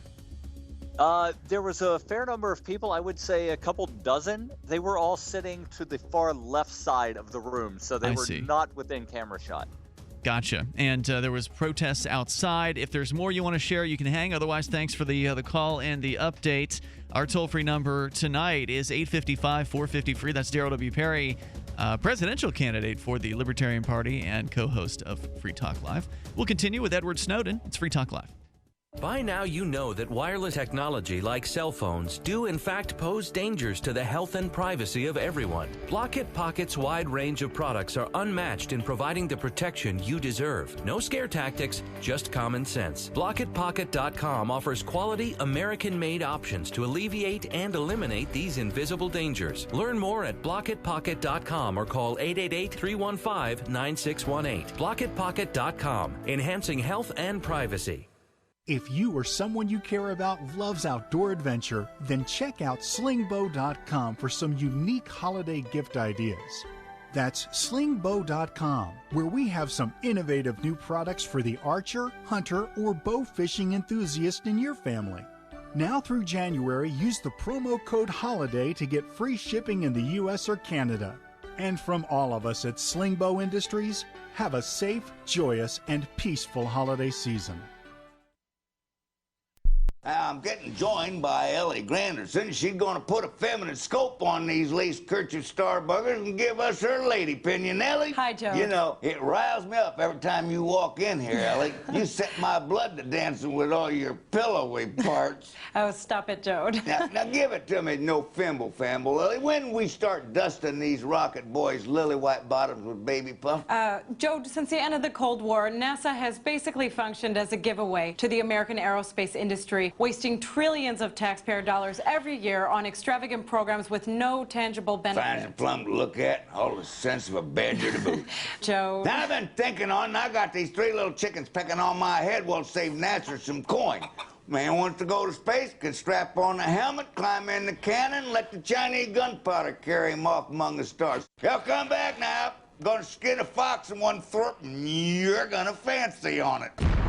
This is the Onion News Network. The new 4th edition of Healing Our World, The Compassion of Libertarianism, will take your understanding of liberty to a deeper level and has over 1,300 updated references, new cartoons, and a foreword by Dr. Ron Paul. With discounts for multiple book purchases, the new Healing Our World is a great gift this Christmas for the liberals, pragmatists, environmentalists, and Christians in your life who think libertarianism is cold-hearted. Get yours today at healing.freetalklive.com and use promo code FTL for a $5 discount. So you've heard all 3 hours of the latest episode of Free Talk Live, and you're still hungry for liberty-oriented audio content? Did you know that we have another 24/7 audio stream at LRN.FM? The Liberty Radio Network airs the latest episodes of some of the best liberty-oriented podcasts on the internet around the clock. In addition to recorded content, you'll also hear live shows like Free Talk Live, originating from our Keene, New Hampshire studio. So listen anytime at LRN.FM. That's LRN.FM. What if the key to achieving liberty in your lifetime was to move together with others who think like you?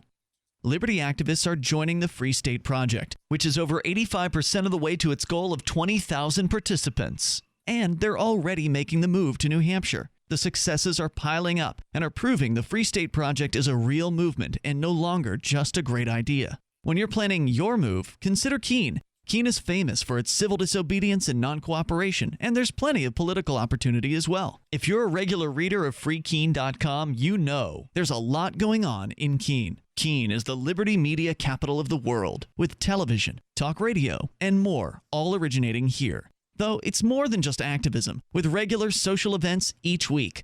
See what's happening at freekeene.com and get connected with video, audio, free books, a forum, and activist tools you can download and use in your area at freekeene.com. That's freekeene.com. If you enjoy LRN.FM, please contribute to your favorite shows via their websites and become an amplifier at amp.lrn.fm. That's amp.lrn.fm.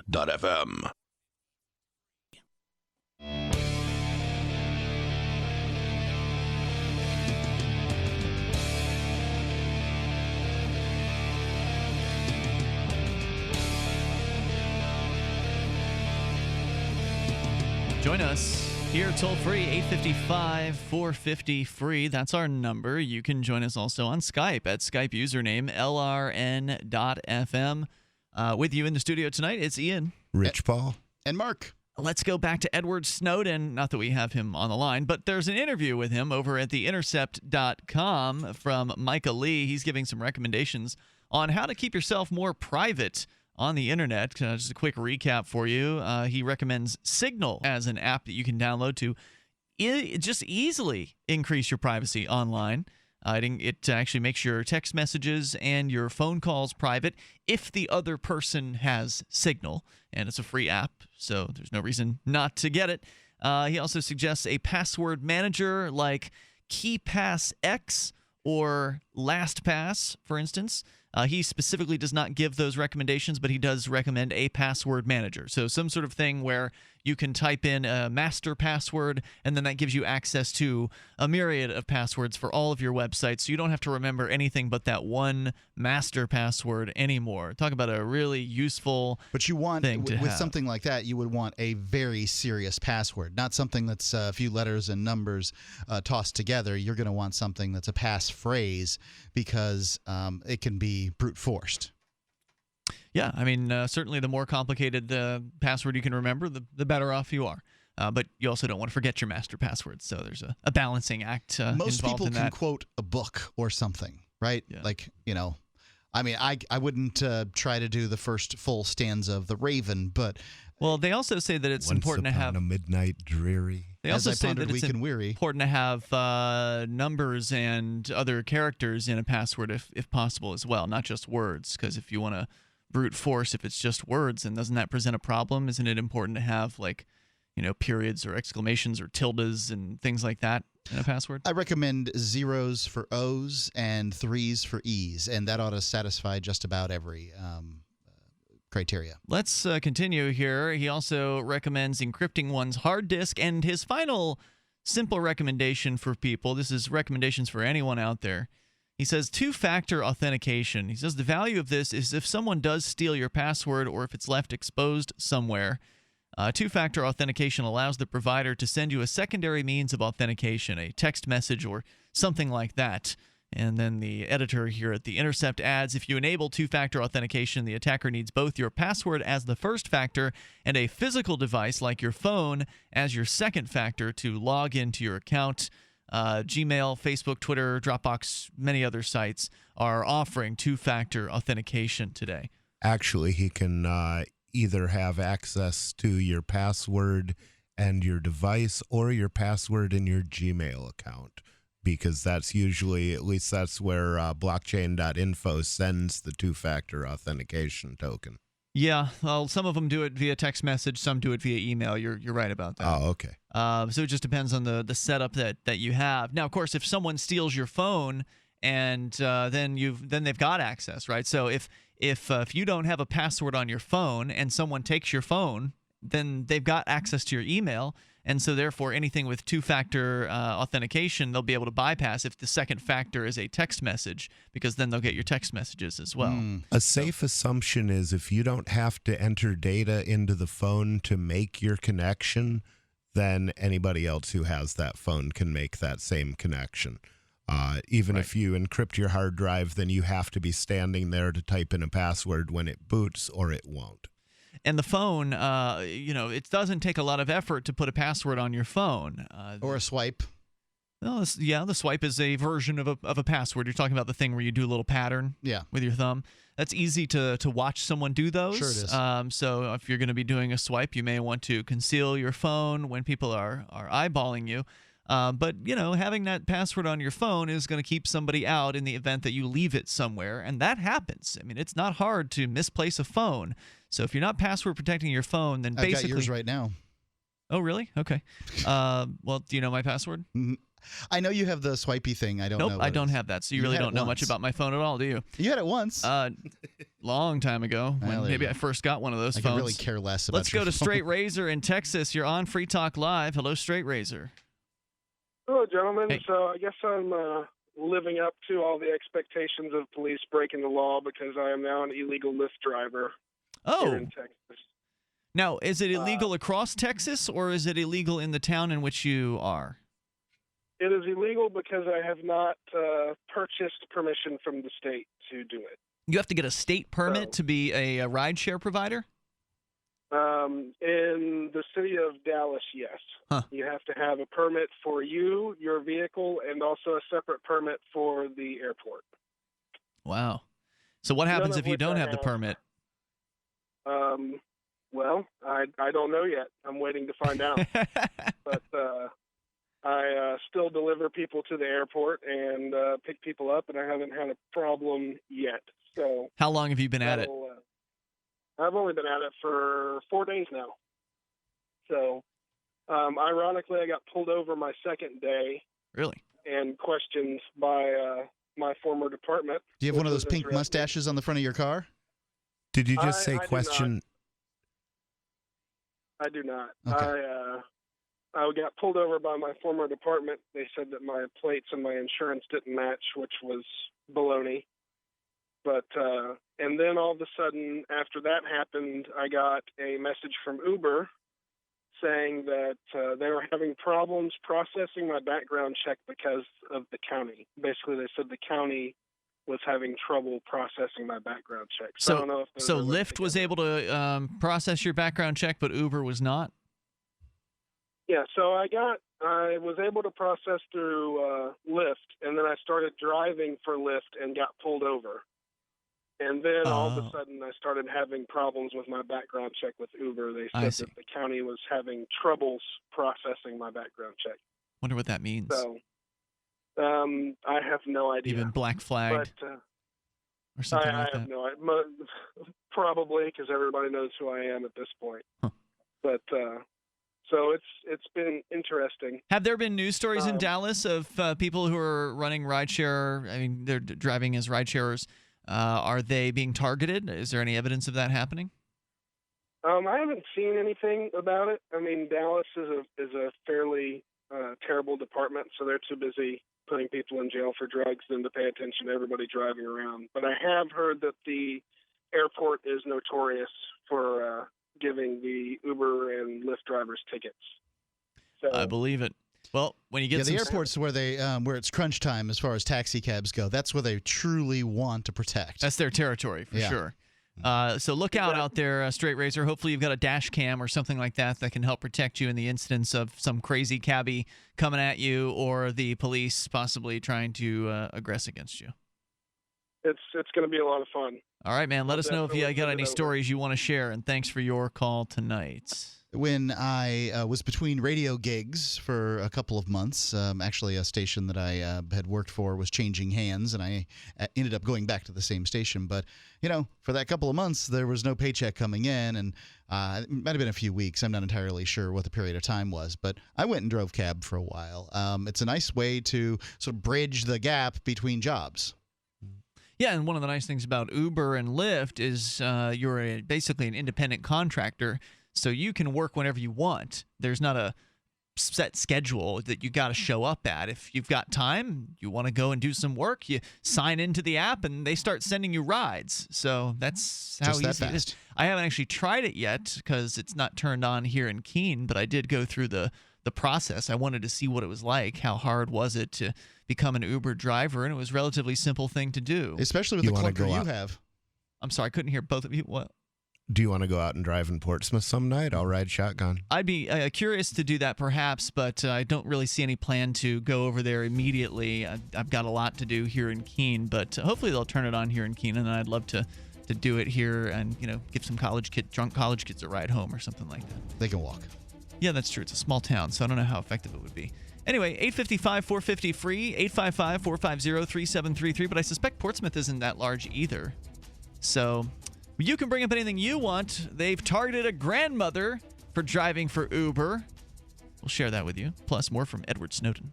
Dr. Ngozi Obi is an emerging American author of Nigerian descent who's published 2 novels with an inspirational message. A third is in the works. Her first novel, Love's Destiny, follows Naira, a somewhat naive young woman, in a gripping tale of love lost and found. Her second novel, When Dreams and Visions Collide, follows Fern and friends as they discover what it takes to realize a dream and the true meaning of unconditional love.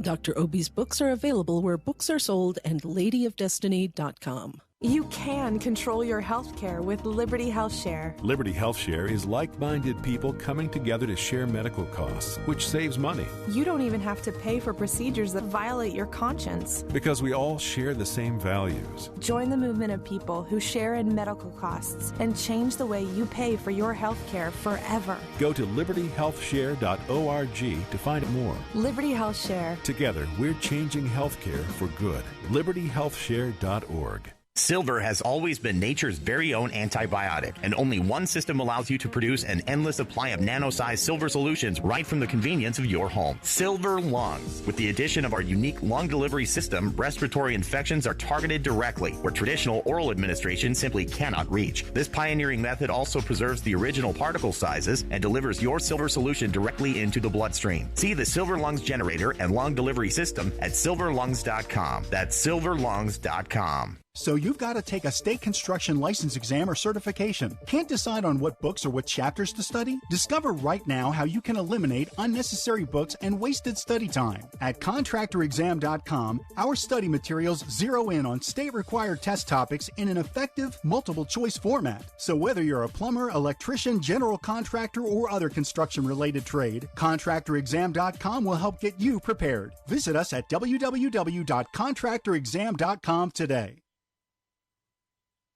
Since time began, tyrants have taken aim at personal liberties. Now there's a movie that aims back. The government has no more right to tell us what to put in our bodies than they have to take our guns or tell us what books we can read. 6 drug police were eaten by bears while raiding a marijuana farm. On your knees, you dirty hippies! Jesus. On your knees! What's the problem, officer? Today, many cops who enforce pot laws do so only because it provides them with cushy jobs, good benefits, and a chance to push people around. I was an undercover narcotics officer. The drug war is nothing but a farce. The Second Amendment says you gotta keep you and your gat intact. Guns and Weed, The Road to Freedom. A film by Michael W. Dean and Nima Vadadi. DVD available now at gunsandweed.com or on Amazon. That's gunsandweed.com. Makes the perfect gift. Remember, that's gunsandweed.com. LRN.FM is proud to announce our official listening apps for Android and iOS devices. Now you can easily tune into our streams anywhere, anytime on your smartphone or tablet. Just visit apps.lrn.fm or search for LRN.FM in the Android or Apple app stores. Please download, rate it 5 stars, then share the link on social media, and let your friends and family know how you're listening to LRN.FM. Download it now, free at apps.lrn.fm. That's apps.lrn.fm. As a pioneer of the e-commerce movement, Overstock.com is proud to be the first major retailer to accept Bitcoin. Overstock was the first because Patrick Byrne, Overstock CEO and founder, firmly believes in personal freedom and cryptocurrency. Over the past 16 years, Overstock has furnished over 18 million homes with a diverse line of products to suit everyone's unique styles and preferences. Support Overstock and freedom of choice while enjoying free shipping on orders of 0.211 Bitcoin or more. You can watch the LRN Studio Cam and chat with other listeners anytime at cam.lrn.fm. That's cam.lrn.fm.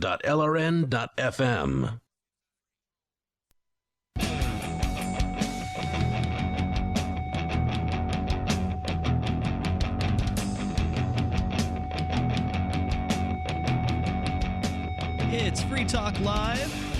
We got more from Edward Snowden. He's got opinions about privacy and what you can do to be more private, steps that you can take from theintercept.com. We'll continue with that. Also in the studio, you've got Ian. Oh, sorry, Rich. Let's try that one more time. Rich Paul, Excellent. I cannot be silenced. And Mark.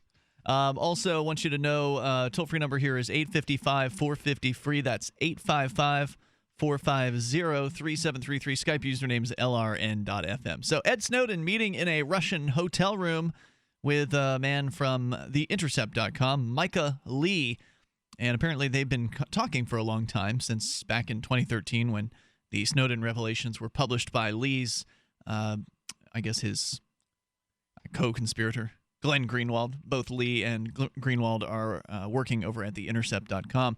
Anyway, Snowden goes through a few basics on what you can do to protect yourself. Download the Signal app for iOS and Android to encrypt your your text messaging and your phone calls, at least to anyone else that has the Signal app, to encrypt your disk, to use a password manager service like LastPass or KeePass X or one of the other competitors out there. I don't know which one's the best there, so and Snowden's not making specific recommendations. The recommendations here are being given by the Intercept author in parentheses. So there's what Snowden says, and then the Intercept guy's adding a little bit to it. Okay. And then finally, two-factor authentication is an extra way to protect the most important accounts that you have, where they'll send you a text message or something like that, in addition to you entering your password, just to make sure that you are who you claim to be. So back to the story here from Michael Lee at theintercept.com. We should armor ourselves using systems we can rely on every day. This doesn't need to be an extraordinary lifestyle change. It doesn't have to be something that's disruptive. It should be invisible. It should be atmospheric. It should be something that happens painlessly, effortlessly. That's why I like apps like Signal, because they're low friction. It doesn't require you to reorder your life. And PGP is kind of like that. PGP is a little higher friction than Signal. Of course, PGP is also probably the best form of encryption out there. I do send emails via PGP, but I can't say that I'm thrilled with it. There are easier ways to send emails. It doesn't require you to reorder your life or change your method of communications. You can use it right now to talk to your friends. So Lee asks Snowden, what do you think about Tor? Do you think that everyone should be familiar with it, or do you think that it's only a use-it-if-you-need-it thing? Snowden's response: I think Tor, which, by the way, stands for the Onion Router, Tor is an anonymizing system for the Internet. Some question whether it's really, truly protecting people out there, or if it's, like a government backdoor, because the government originally actually designed Tor, and then, as I understand it, and then it's since then been the Department of the Navy, but it gets used by the government today. But the difficulty is that, I don't know who's surfing on Tor when I'm surfing on Tor in the same way they don't either. So Snowden says, I think Tor is the most important privacy-enhancing technology project being used today. Now, that's a pretty big endorsement when Edward Snowden, who, by the way, do you remember when he signed up for Twitter this year a few months ago? Oh, yeah, it was a big deal. Edward Snowden signed up for Twitter and, received 1 million followers within 24 hours. It was the most... I guess the most rocket-like rise in a big Twitter deal in twittering out there. Anyway, so Snowden's saying that Tor is the most important privacy-enhancing technology project today. He says, I use Tor personally all the time. We know it works from at least one anecdotal case that's fairly familiar to most people at this point. And that's not to say that Tor is bulletproof. What Tor does is it provides a measure of security and allows you to disassociate your physical location. But the basic idea, the concept of Tor that is so valuable, is that it's run by volunteers. Anyone can create a new node on the network, whether it's an entry node, a middle router, or an exit point, on the basis of their willingness to accept some risk. The voluntary nature of this network means that it is survivable, resistant, and it's flexible. So that's what Snowden thinks about Tor. The author adds that Tor browser is a great way to selectively use Tor to look something up and not leave a trace that you did it. It can also help bypass censorship when you're on a network where certain sites are blocked. And if you want to get more involved, you can volunteer to run your own Tor node, as I do, and support the diversity of the Tor network. He's saying he runs the node. I don't run a Tor node. You do have to have some fair amount of bandwidth in order to run a Tor node, as I understand it. And if you're running an exit node, then you are taking on some pretty severe risk, because the exit node is the place where... So Tor allows you to visit what are called hidden sites, which means that you can go to these Tor-only sites. They're called .onion sites. They all end in .onion, as in the Onion router. And these are sites that are inaccessible through the regular internet. So you have to have Tor to get to those sites. But Tor will also allow you to access the regular internet. And so when you... Just slowly. Yeah, it's faster now than it's ever been, actually. But if you access the regular internet through Tor, then so when you're going on Tor, you're sort of bouncing around these various different locations. They're peeling back layers of the onion, so to speak, and your communications are obscured amongst all these bounces, if you will, these point-to-point routings of your data.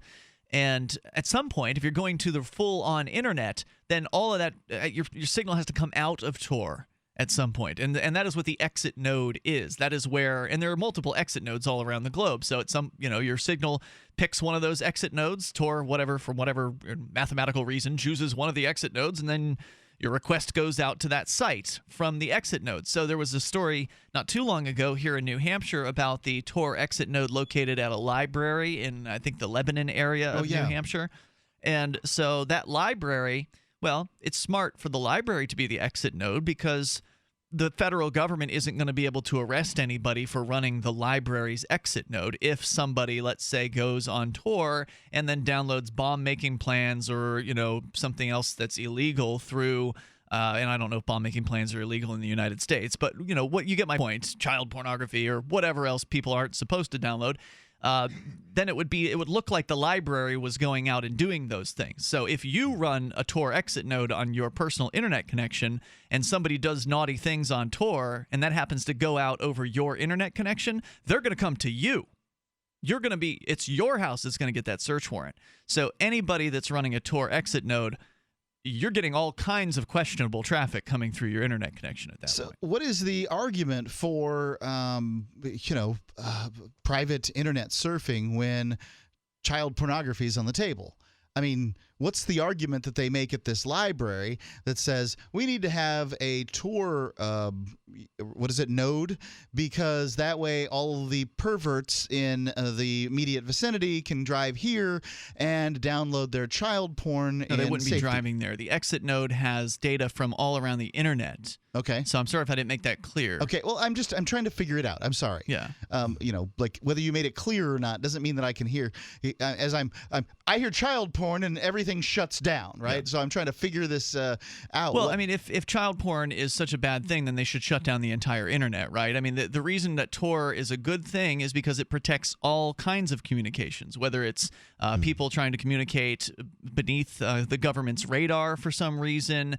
Let's say there's a totalitarian state that is cracking down on communications within that state, and someone needs to get the word out about what's going on, then they could use Tor to protect themselves. So it's kind of a classic example of my assumption. The trade-off is always the same. If you're protecting people's ability to break bad laws, you also you can also protect people's ability to break good laws.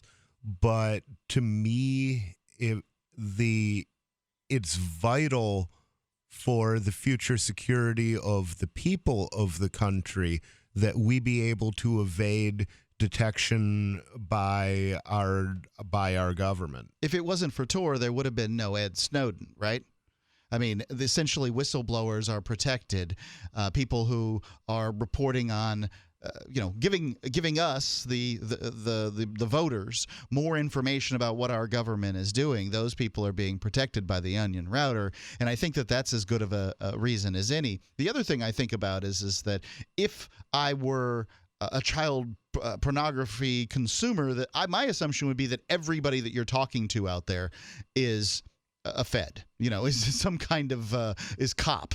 So I can't even imagine how these people get what they get. There's no one to trust on the internet. It's a sort of place where you're going to go to jail. You're going to go like Jared. You're going to jail. If you look at the darknet markets where there's drugs being sold basically openly on these, the Tor sites, these darknet market sites, they're full of feds too. Yeah, but you don't have to. But it's very unlikely the feds are selling the drugs. It has happened, but of the thousands of dealers they have on those sites, most of them are probably not federal agents, especially if they actually deliver on their promise of selling you whatever it is that you're looking to buy. The difference is with drugs, they're not much looking to prosecute the buyer. With kiddie porn, that's not true. Toll-free number tonight is 855-450-FREE, 855-450-3733. You can join us here, and hour number 3 is on the way. You can talk privacy or whatever's on your mind. It's Free Talk Live. Are your kids spending too much time online? Are they gaming instead of doing homework? Are they on Facebook instead of sleeping? Turn their internet access on or off when you want for free at webcurfew.com. 100% web-based interface means nothing to download, install, or configure. Web Curfew is free and controls any device using your home network without slowing down your internet. Block all adult web content with the click of a button. Don't let the internet raise your kids. is. Take back control of how and when your home internet is used for free. Visit webcurfew.com. As a pioneer of the e-commerce movement, Overstock.com is proud to be the first major retailer to accept Bitcoin. Overstock was the first because Patrick Byrne, Overstock's CEO and founder, firmly believes in personal freedom and cryptocurrency. Over the past 16 years, Overstock has furnished over 18 million homes with a diverse line of products to suit everyone's unique styles and preferences. Support Overstock and freedom of choice while enjoying free shipping on orders of 0.211 Bitcoin or more.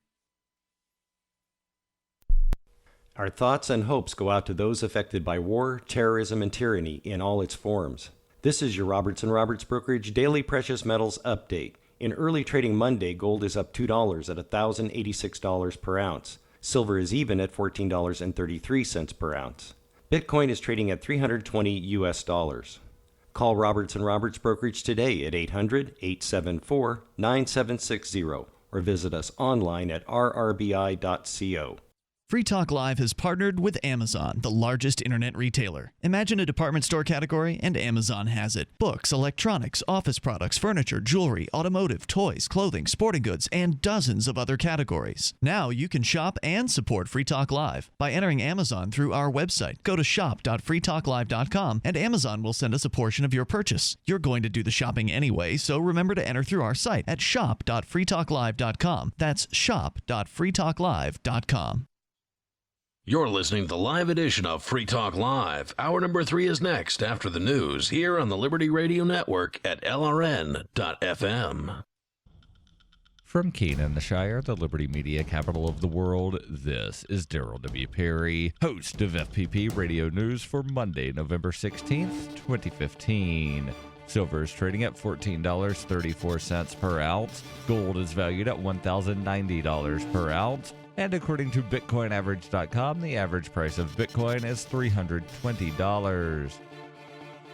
Antiwar.com reports with Friday night's attacks by the Islamic State in Paris grabbing headlines, U.S. officials are scrambling to take advantage of the situation, both as a way to dramatically escalate their own war against the Islamic State and to court various other nations into getting more deeply entrenched in the conflict. U.S. diplomats are making the rounds, urging European and Arab nations to add their involvement in the war on the notion of keeping the Islamic State fighting in Iraq and Syria instead of attacking abroad. France, already one of the most heavily involved, is likely to be the first to announce massive increases in their commitment. The U.S. itself is also expected to use this occasion as an excuse to double down on the conflict, with last week's talk of mission creep because of U.S. ground deployments into Syria now all but forgotten, and officials and advisors all insisting the attacks prove the need for a more aggressive strategy. Over a year of U.S. escalation in a war that officials initially insisted would be short-term and limited in scope has only seen the Islamic State itself grow and cemented the nations involved in the war as not just enemies of the Islamic State, but targets to be hit abroad by them. The decision to escalate further then is less a reaction to Paris than a lack of reaction, with officials simply staying the course on a path of escalation they've been on from the start and using Paris as the latest excuse to speed up the escalation without proper debate.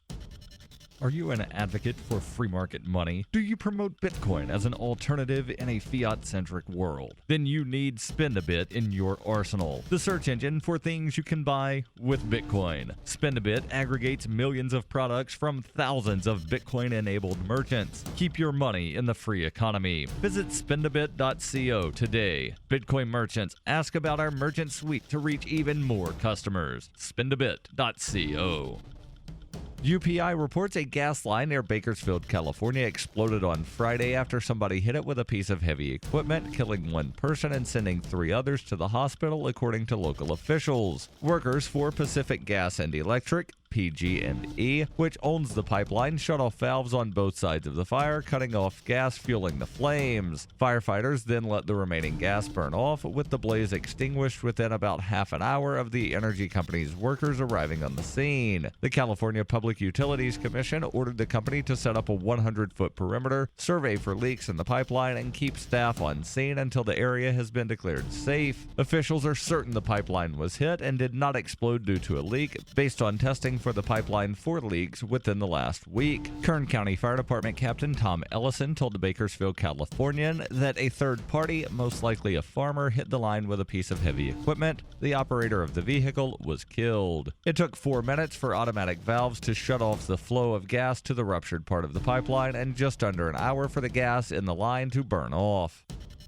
For nearly 40 years, Roberts & Roberts Brokerage has been a trusted source for buying and selling precious metals like gold and silver. They also take Bitcoin for precious metal purchases and have permanently removed the minimum purchase amount for all orders paid in the digital currency. Call Roberts & Roberts today for knowledgeable advice on buying and selling precious metals and a forward-thinking approach to new technologies. 800-874-9760 or visit online at rrbi.co.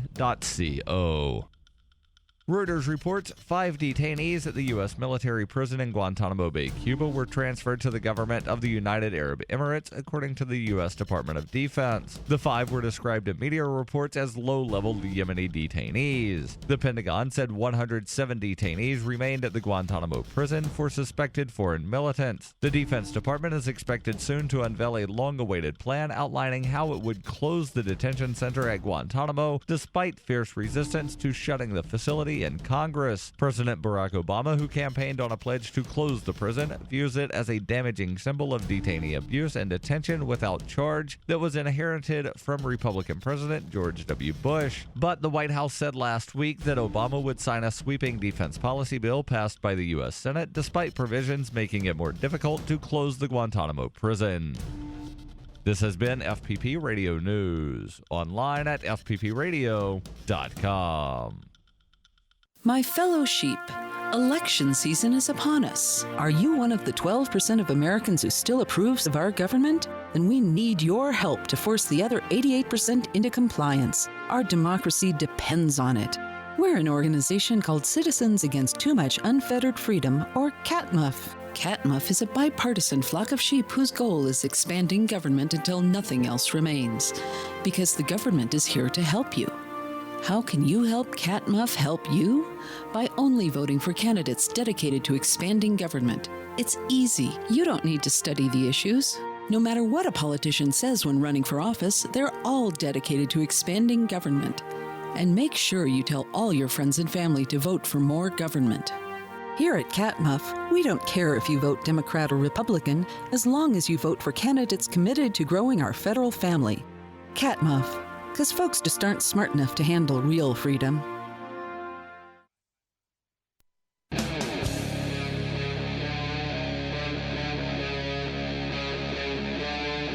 Free Talk Live.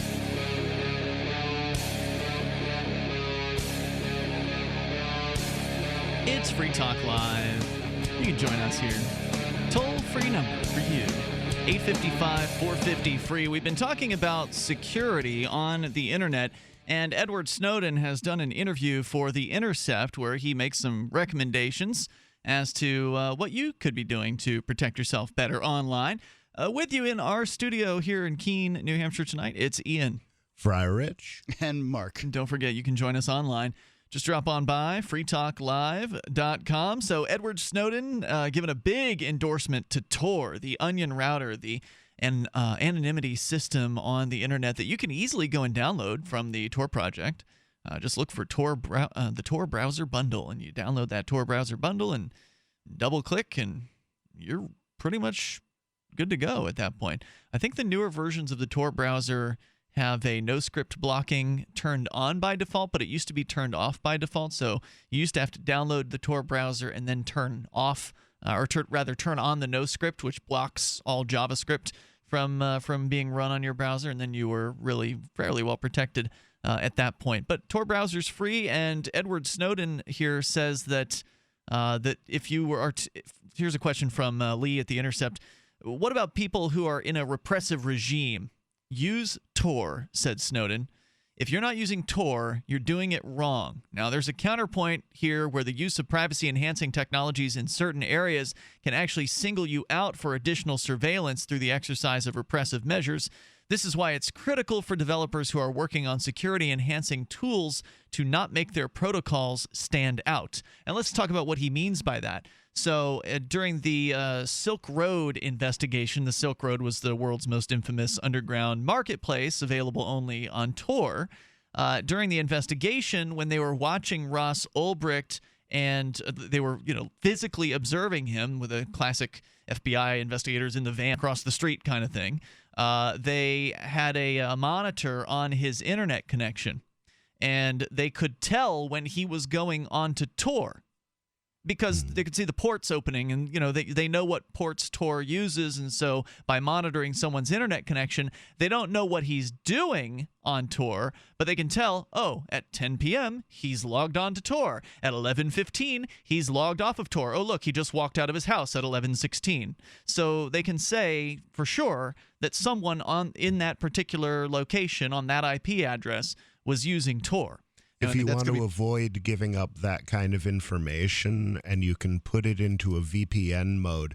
Tor does have a VPN mode, right? I'm not sure about that, but you can use something like ProXPN and run your own virtual private network software and then use Tor on top of that. So therefore, then your exit or your internet connection from ProXPN will be on some other server around the world. It's not going to be at your own internet connection, which means someone monitoring your home internet connection would not know that you were using Tor, because when you use ProXPN, it encrypts your entire internet connection. And you can get 50% off. Right, 50% off using code FTL50 at proxpn.com. So use Tor while you're using that. The last thing to do, because ProXPN would be somewhat vulnerable to the same thing. Somebody could tell when you were sending data over ProXPN, but you can set something on your computer that will either randomly or constantly send data, and that way that takes all the information out of it, because they can't tell when it's your little program doing it or when you're actually hitting the net. So again, proxpn.com, great tool. Also Tor on top of that, and I wouldn't say you're invincible. There's no truly invincible system out there. There's better and better protections, and those are two pretty good ones. So going on here with Snowden's comments, he says if you're not using Tor, you're doing it wrong. There was one more thing I wanted to say about Ross Ulbricht. So when they were watching Ross Ulbricht, they could see when he was logging on and logging off Tor.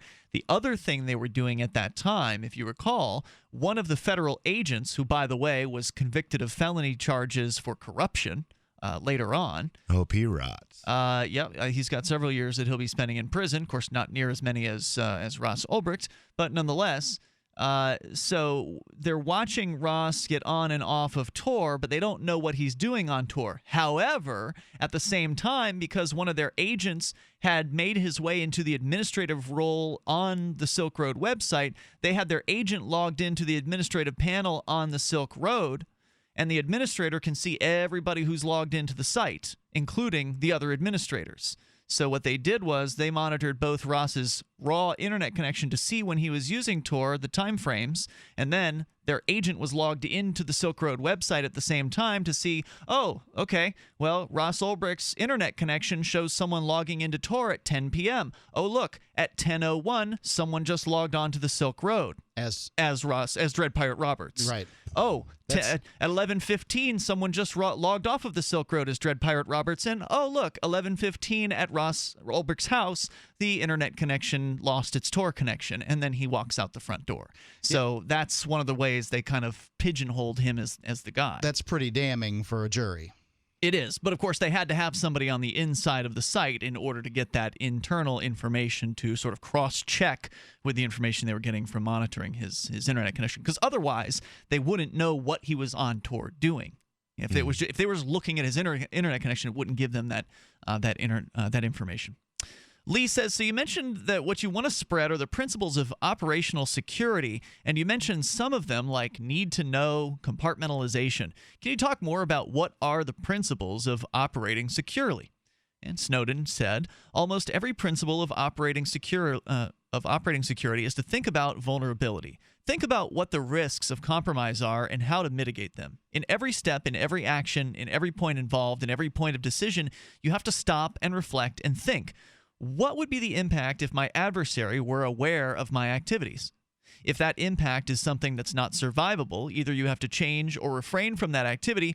You have to mitigate that through some kind of tools or system to protect the information and reduce the risk of compromise, or ultimately you have to accept the risk of discovery and have a plan to mitigate the response. I wonder if this term adversary is sort of government speak, because Snowden worked for the NSA for some time before he became a contractor for the NSA. I think he worked with the CIA for a while too, but that may be me misremembering something. And I wonder if that's their term, this adversary thing. Well, the adversary is anyone who's out there trying to get you. Yeah, right? I know, but I haven't heard that terminology used much. You hear it frequently in computer security. Then maybe that's where it's at. Yeah. He says, because sometimes you can't always keep something secret, but you can plan your response. The interviewer asks, are there principles of operational security that you think would be applicable to everyday life? And Snowden says, yes, that's selective sharing. Everybody doesn't need to know everything about us. Your friend doesn't need to know what pharmacy you go to. Facebook doesn't need to know your password security questions. You don't need to have your mother's maiden name on your Facebook page if that's what you use for recovering your password on Gmail. I wouldn't use mother's maiden name for anything. It's a terrible clue to get information. The idea here is that sharing's okay, but it should always be voluntary. Or it should be thoughtful. It should be things that are mutually beneficial to people that you're sharing with.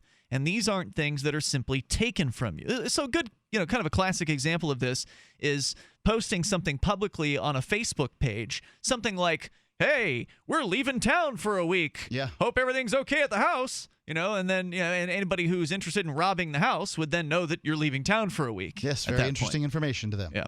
So if you interact with the internet, says Snowden, the typical methods of communication today betray you silently, quietly, and visibly at every click. At every page you land on, information is being stolen. It's being collected, intercepted, analyzed, and stored by governments, foreign and domestic, and by companies.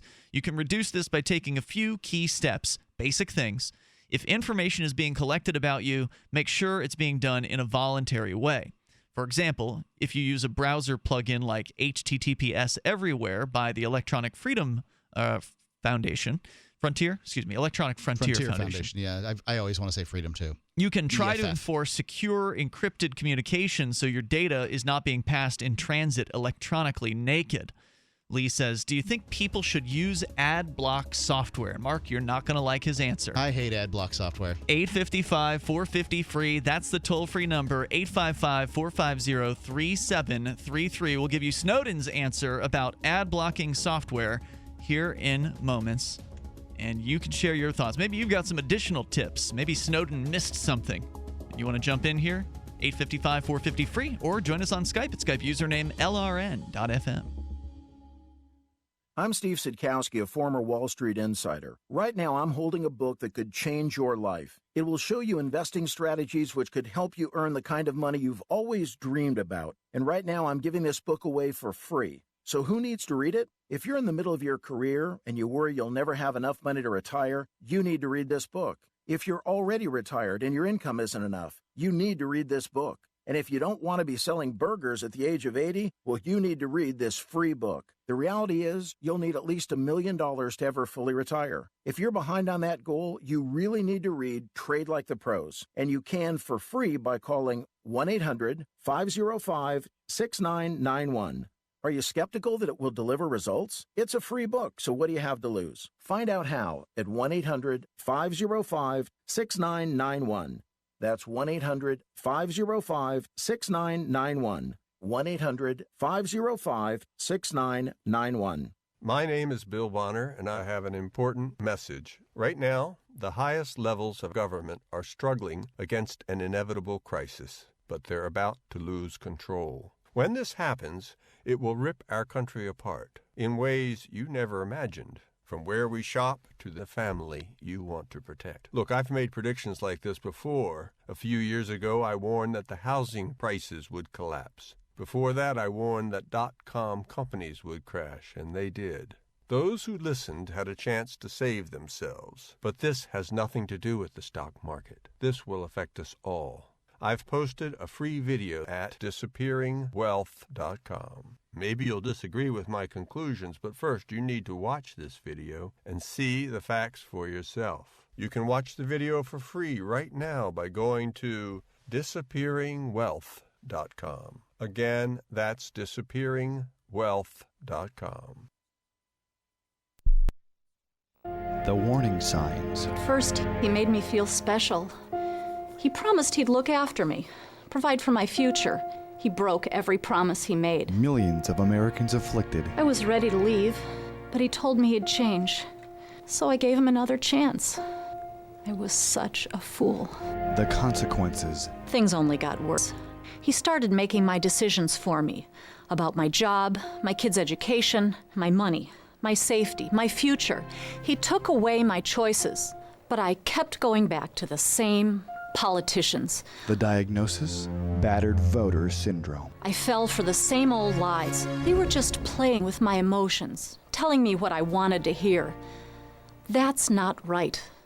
Stop the insanity of voting for the same old abusers. Declare your independence from the two-party system and join the New Hampshire Liberty Party today at nhliberty.info. The three most important things you can do for Free Talk Live are: 1, share one episode a week on Facebook or in some other social networking site. 2, buy the things you buy online through shop.freetalklive.com. 3, give $5 a month to the AMP program. It's my firm belief that Free Talk Live's AMP program is the best use of your charitable dollar among liberty-oriented organizations. Support all the organizations you love, but make sure you give $5 a month to AMP at amp.freetalklive.com.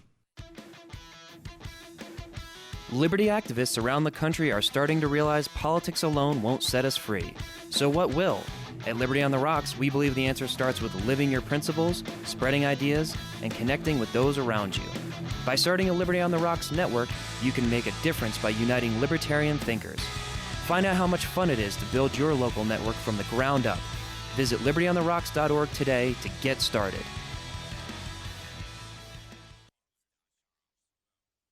You're listening to the best liberty-oriented audio streamed around the clock, on the air, and online. This is the Liberty Radio Network at LRN.FM.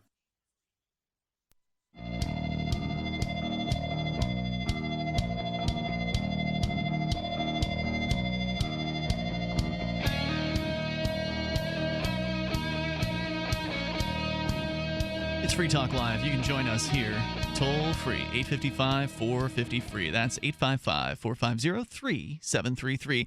A pretty extended interview here with Edward Snowden, but packed full of useful information for you and how you can protect yourself online.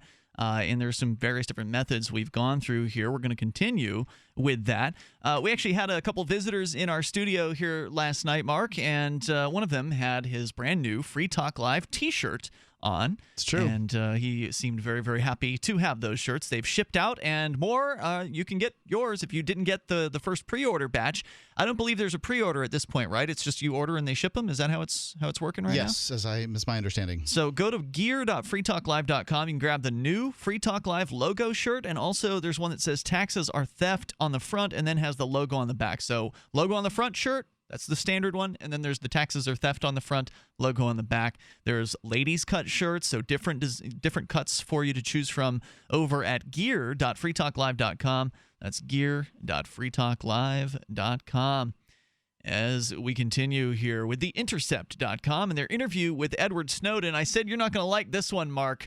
And, you're okay with the idea of privacy, like you've taken a couple of these measures that Snowden has mentioned for yourself. But you are, as an advertising guy, your job is to sell advertising. That's what you do here on Free Talk Live. Luckily, there's no ad block for radio advertising. Yeah, there is. It's Punch Out. Well, run to the kitchen. That's TV. Yeah, in our kitchen, you are listening to the radio here because we're monitoring our station. But on music radio, block. Music radio suffers from Punch Out far more than talk radio does. Yeah. On talk radio, you listen to people talk, and the host talks, then the commercials talk, and then the host talks, and the commercials talk. So you're not cued in the same way. But on music radio, the music plays, then the commercials come on. It's a very obvious and abrupt change, and then the music listeners will punch out and go elsewhere. Now, I guess I have less of a problem with it because of time. Of Punch Out? a punch out on the radio than I do with ads on the internet, and here's the reason: because your time is a value, and if you don't consider that value to be worth, say, that listening to a commercial, I don't think you have to listen to a commercial that I listen to a song. I guess I better listen to a commercial on a radio station.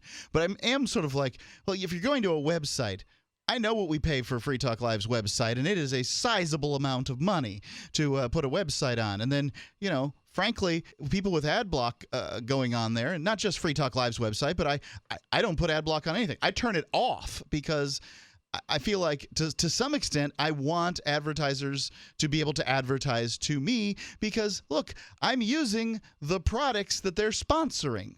And if I want to continue to have those products and I want less invasive ads, because the ads are just going to get more invasive to get around ad block. And if I want less invasive ads, all you're doing is incentivizing that with ad block. I don't like ad block for that reason. It seems like the tool of a freeloader to me. Well, Snowden says you should use it, and here's his explanation. He says we've seen internet providers like Comcast, AT&T, or whoever it is insert their own ads into your plain text HTTP connection. So when you're connecting to a website, you notice it's HTTP or HTTPS. Right. And the S stands for secure. Sure. So HTTP is by default not secure, which means that these internet providers can actually insert their own advertising into those connections. And apparently that's happening. As long as service providers are serving ads with active content that require the use of JavaScript to display, that have some kind of active content like Flash embedded in it, anything that can be a vector for attack in your web browser, you should be actively trying to block these. Because if the service provider is not working to protect the sanctity of the relationship between reader and publisher, you have not just a right but a duty to take every effort to protect yourself in response. The interviewer at The Intercept says, nice. So there's a lot of esoteric attacks that you hear about in the media. Well, wait a second. So if you're using a VPN like ProXPN, ProXPN.com, then this wouldn't be a viable security flaw, right? It would be impossible for your ISP to insert ads into the stream without first breaking it. Okay. Yep, that's correct. And by the way, Cyphase, who's one of our technical gurus, adds in here, he says that in addition to the details about ISPs inserting ads into unencrypted connections, there's also a large problem with malicious advertising, meaning malware related advertising being unintentionally distributed by ad networks. So that's the first time I've heard about that, but that's kind of a scary thing. So these major ad distribution networks. It's a good reason to have ad block on because you're not, even people who have VPNs like me don't always use them. There's times when it's just inconvenient or whatever reason. Anyway, Lee says here there's a lot of esoteric attacks you'll hear about in the media. There's disk encryption attacks, like evil maid attacks and cold boot attacks. There's sort of all sorts of firmware attacks. Any of that stuff is. I don't either. There's bad USB, bad BIOS, and baseband attacks on cell phones. All of these are probably unlikely to happen to many people very often. Is this something people should be concerned about? How do you go about deciding if you personally should be concerned about this sort of attack and try to defend against it? Snowden says that it all comes down to personal evaluation of your personal threat model, right? That's the bottom line of what operational security is about. You have to assess the risk of compromise. On the basis of that, determine how much effort needs to be invested into mitigating that risk. In the case of cold boot attacks and things like that, there are many things you can do. These attacks can be defeated by never leaving your machine unattended. This is something that's not important for the vast majority of users because most people don't need to worry about someone sneaking in when their machine is unattended. There's the evil maid attack, which can be protected against by keeping your bootloader physically on you, wearing it as a necklace, for example, on an external USB device. And then he says... What is a bootloader? Bootloader is the thing that exists on sector 0 of your hard drive. It's not helping. That basically when the computer first comes on, it tells the computer how to load the rest of its code. Okay, so and it's they like call a it key? a bootlet. They call that bootstrapping because you're lifting yourself by your own bootstraps. First, you load a 512-byte hunk of code that does nothing but know how to load the next few sectors off the hard disk. Okay. So then it loads the next few sectors, and there's a program that knows how to do the next step. So a practical example of this, you wouldn't be able to keep Windows 10 on a USB drive around your necklace. No. But you could put Linux on a flash drive, and there is a Linux distribution called Tails, which is a Linux distribution that is designed to be a Tor-based sort of system. So you load up Tails, you can put it on a flash drive or a CD, and you put it into any computer you go to, and you can then sort of boot into your own personal privacy-oriented operating system on any computer that has a USB or CD drive. You can do that, but that's keeping your operating system or keeping a live image on a USB drive. It's, right. The Linux equivalent of having your bootloader would be having grub and your boot sector on your. So that's more of like for USB Linux people, and the average user can't go to that level of security, right? Like Windows 10 or Macintosh, you don't have that option. There's probably a way, but I don't know it. Toll-free number tonight, 855-450-FREE. Snowden says, though, you shouldn't go crazy about all this, and you can share your thoughts. It's Free Talk Live. Paid non-attorney spokesperson Adam Pulaski of the Pulaski Law Firm with principal office in Houston, Texas is the attorney responsible for the content of this ad. This ad is not legal advice, and the choice of a lawyer should not be based solely upon advertisement. Services may not be available in all states. Attention Xarelto users. If you or a loved one took Xarelto and suffered a serious bleeding event, you may be entitled to financial compensation. Xarelto is a popular prescription blood thinner used to prevent blood clots and protect patients from strokes. These serious bleeding events have led to numerous cases of hospitalization and even death. Phone lines are open 24/7. Call 800-261-0937. That's 800-261-0937. Owe $10,000 or more to the IRS? Get on board with the Tax Admiral. Don't take on the IRS alone. I'll cut penalties and reduce your overall tax bill. Sometimes I can even get it zeroed out completely. We're an A-rated company helping people clean up their mess with the IRS. If you owe $10,000 or more, then call the Tax Admiral. Call 800-287-7180. Again, that's 800-287-7180. 800-287-7180. Why did you move to the Shire? I moved here to the Shire because there's other people around who take liberty just as seriously as I do. I moved to the Shire because I saw videos of people challenging authority and thought that I could get support myself. It called to me, like, do this right now. I wanted to be around people like me who got it, and once I got here, I knew there was nowhere else that I wanted to be. I've always wanted to change the world, so I moved to the Shire to join people who were actually working towards doing the same thing. The people here are awesome, loving, and positive. It was for the adventure and for the feeling of something important is happening here, and I just wanted to come to sort of be part of that. Visit ShireSociety.com to read and sign the Shire Society Declaration and learn the reasons why, if you love liberty, you should immigrate to the Shire. Plus, add yourself to the Shire map at ShireSociety.com. That's ShireSociety.com. Radio is the most personal of mediums. I exist right now in your head. If you listen to Free Talk Live regularly, you know me. Free Talk Live is on more than 160 radio stations around the U.S. and has been downloaded on every continent around the world. Hundreds of thousands of listeners with ad packages from $600 a month to $6,000 a month. Imagine what we can do for your business, project, website, or idea. Email me, mark@freetalklive.com. You can listen to Free Talk Live on the radio, podcast, satellite, webcam, and our live streams. But did you know you can listen to Free Talk Live from any phone, anywhere?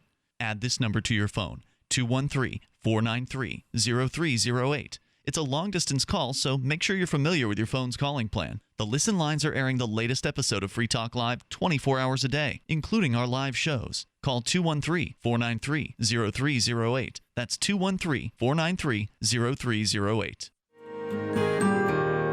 So the protection of life, liberty, and property is what the Free State Project is all about. But it's an effort to move 20,000 people who understand. It's about demonstrating to the entire country that, yeah, we can have a free market, a truly free market. Making it just a freer, great place to live. It's the world's largest voluntarist libertarian community, and it's only getting bigger. That's amazing, to be able to move to a place where other people passionately believe in being free and independent. What the Free State Project is managing to do, though, is to put their money where their mouth is. Physically getting up across the country and saying, let's go someplace and let's demonstrate the power of these ideas. There's a lot of kind of philosophy that surrounds liberty. There's a lot of thinking about it and talking about it. But here in New Hampshire, people are doing it. 101 Reasons Liberty Lives in New Hampshire, a documentary by Free State Project early movers. Watch it free at 101reasonsfilm.com. 101reasonsfilm.com. While our satellite channel is free to listen to, it's not free for us. You can help us cover our satellite costs with the chip-in on the right side of the page at lrn.fm.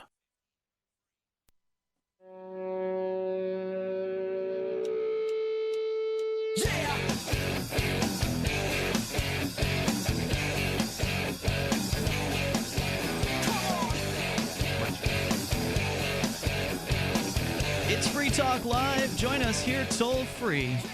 We're talking security. Edward Snowden has some very specific suggestions. TheIntercept.com with the interview from a hotel room in Moscow. As we continue that, it's Ian in the studio with you. Rich Paul. And Mark. And don't forget to join us online over at freetalklive.com. You can get interactive there.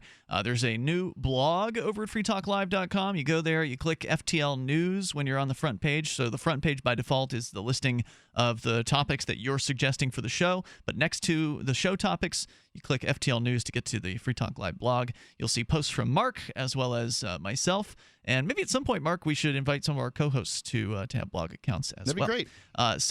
But we're still kind of got the training wheels on the blog for the moment over at freetalklive.com. It's a brand new feature, and you can go check it out when you get a chance. Let's go to Rectify, listening in California. You're on Free Talk Live. Hello there. Hey, good evening, guys. Hey, how's it going? What's on your mind tonight? I wanted to bring up a couple points about this IT tyranny that's going on within our operating systems and within our ISPs, our service providers for our internet connections. All right. Try to keep it as basic and as general audience appropriate as possible, but go ahead. Absolutely. Well, you guys were talking about script injections. Basically, if you're looking through a web browser at a basic HTML page, your plain old website, format, your ISP can now use the Room 101 NSA boxes, that scans every bit for bit that goes through their pipelines. They can use the same technology, on the private side and do convenient little things like a script injection into the page you're looking at, not relevant at all to the ISP, and say perhaps, oh, your modem is old. We can send you an upgrade modem. And they'll pop up these little ads right at the bottom right by your system tray. And what's scary about this is it's not a convenient thing. What they're actually doing is inserting their JavaScript code like a virus directly into the page before that page is delivered to you. So say I want to go look at my NASA site that's on a plain HTML page. I type in nasa.gov, and it sends the request to my ISP, which is Cox Communications.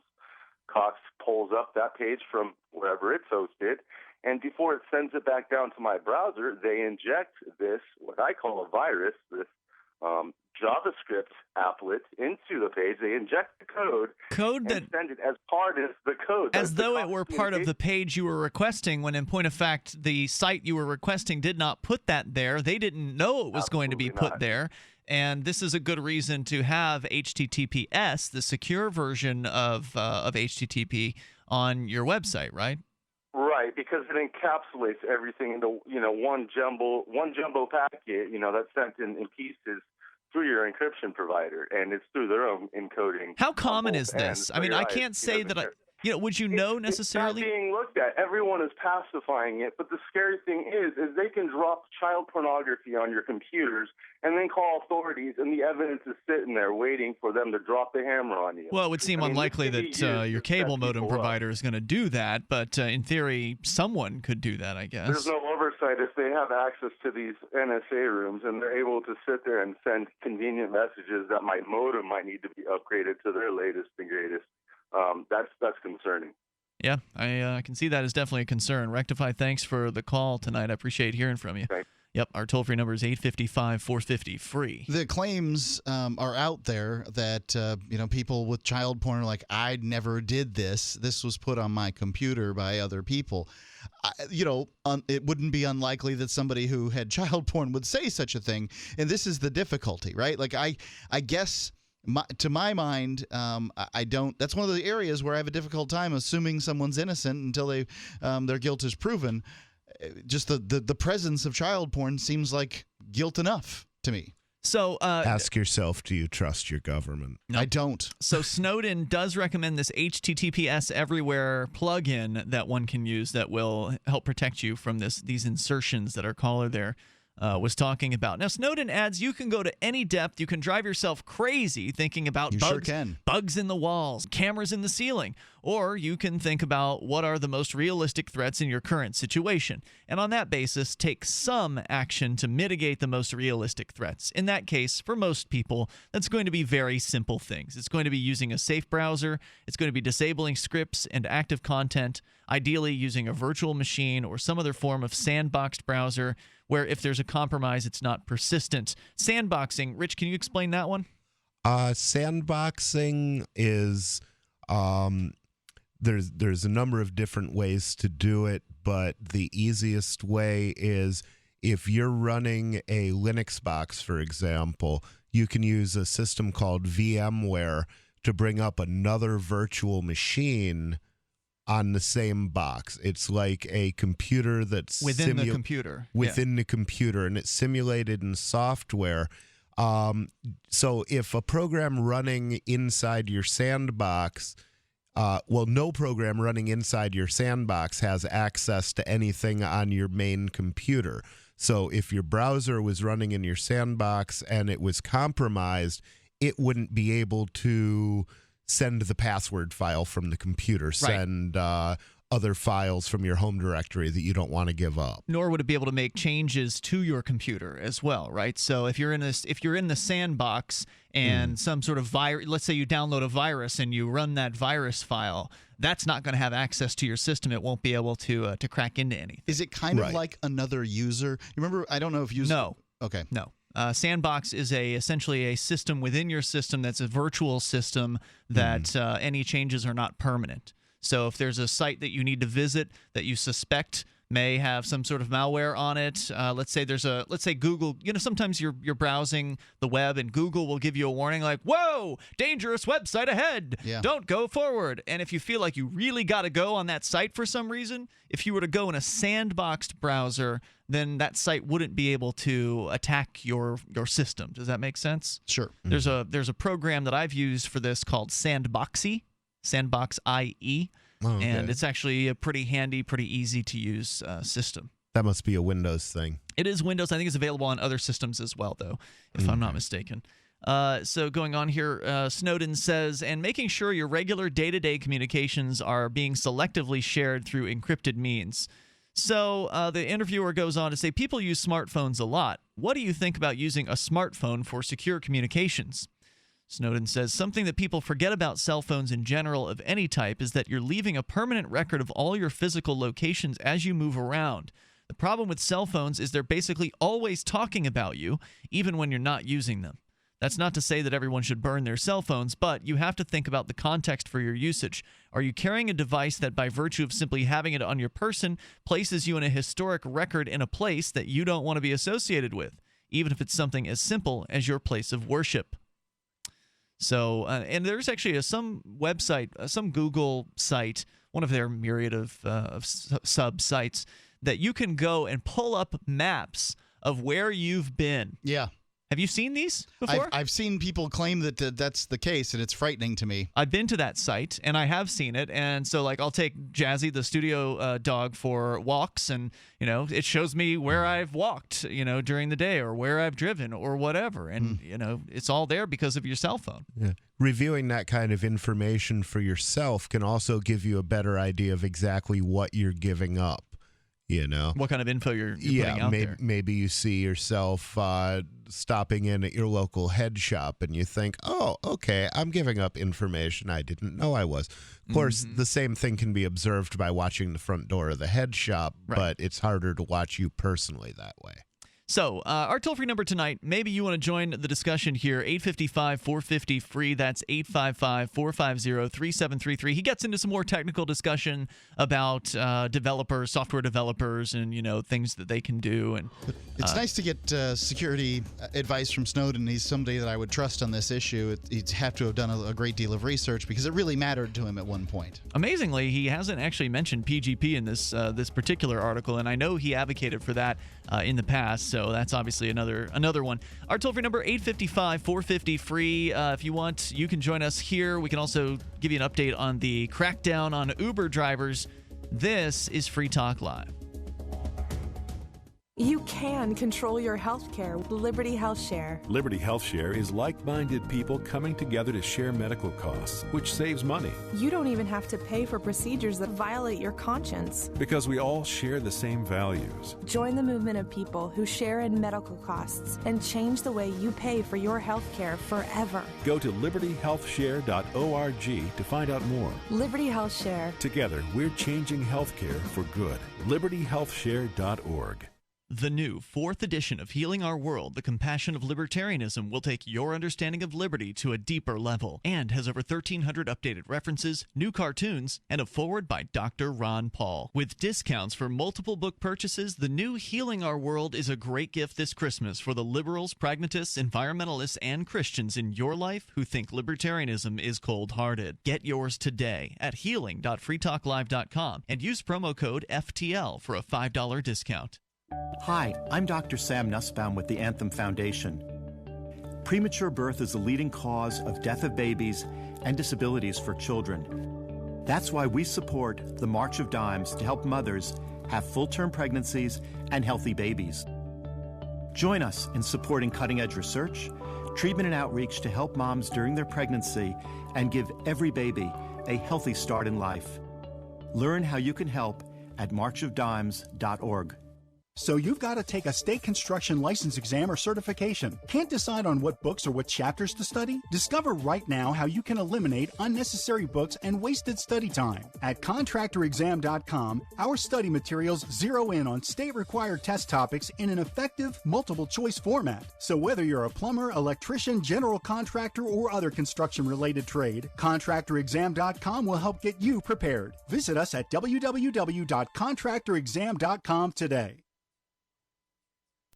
When you're coping with bad news and the news media come calling, and they will, don't clam up. As notorious political figures find out the hard way, the cover-up can be worse than the crime. So get out in front of unfavorable news about your company, your group, or organization, or yourself. The sooner you confront a negative story, the sooner it will be over. Responding as quickly to negative stories as you do to positive ones enhances your credibility. Hiding embarrassing information or lying will do more damage than damage control. Never stonewall. Tell your side of the story, use specifics, and detail what corrective action has already been taken. Respond in kind. If the issue is emotional, don't sound like a cold, unemotional Mr. Spock. For more tips on critical communication skills for the way things are now, hit survivalspeech.com. I'm Holland Cook. Did you know that you can listen to and watch Free Talk Live during our live show 7 days a week from 7 to 10 p.m. Eastern via our studio cam at cam.freetalklive.com? Not only that, but you can also chat with other listeners at the same time. Do I need to mention that both the studio cam and chat room are totally free? Outside of Free Talk Live's live hours, you won't see a cam feed, but will hear audio from the Liberty Radio Network. So listen, watch, and chat all free at cam.freetalklive.com. That's cam.freetalklive.com. If there was a place that liberty-minded people had been elected to political positions and were rolling back government, would you move there? If freedom lovers had secured a 20% voting bloc and can veto most bad bills, would you move? Well, the time has come to sign the pledge at freestateproject.org. These things have happened in New Hampshire, and you can join us and help. freestateproject.org. Sign up now at freestateproject.org. Do you love Twitter? Make sure you favorite the LRN.FM Twitter account so you can receive our tweets at twitter.lrn.fm. That's twitter.lrn.fm.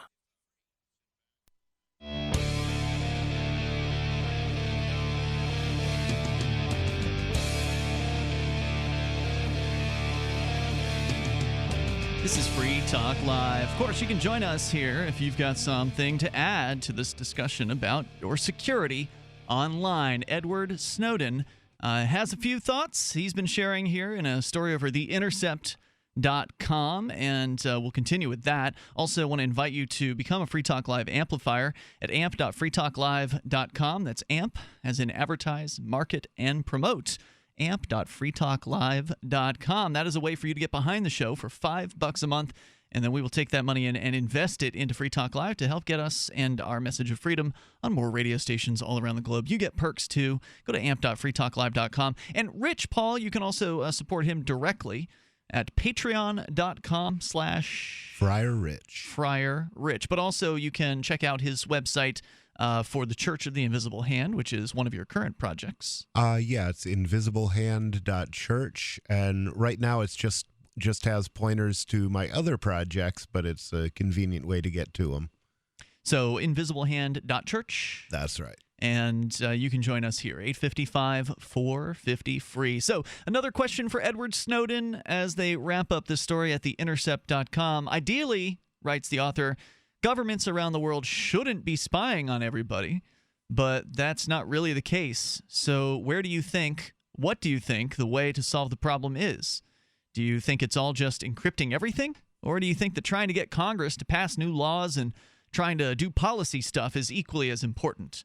Where do you think the balance is between tech and policy to combat mass surveillance? And what do you think Congress should do, or that people should be urging Congress to do? And I'd like to inject something here, and that is that whatever Congress does, I wouldn't trust it as far as I could throw it.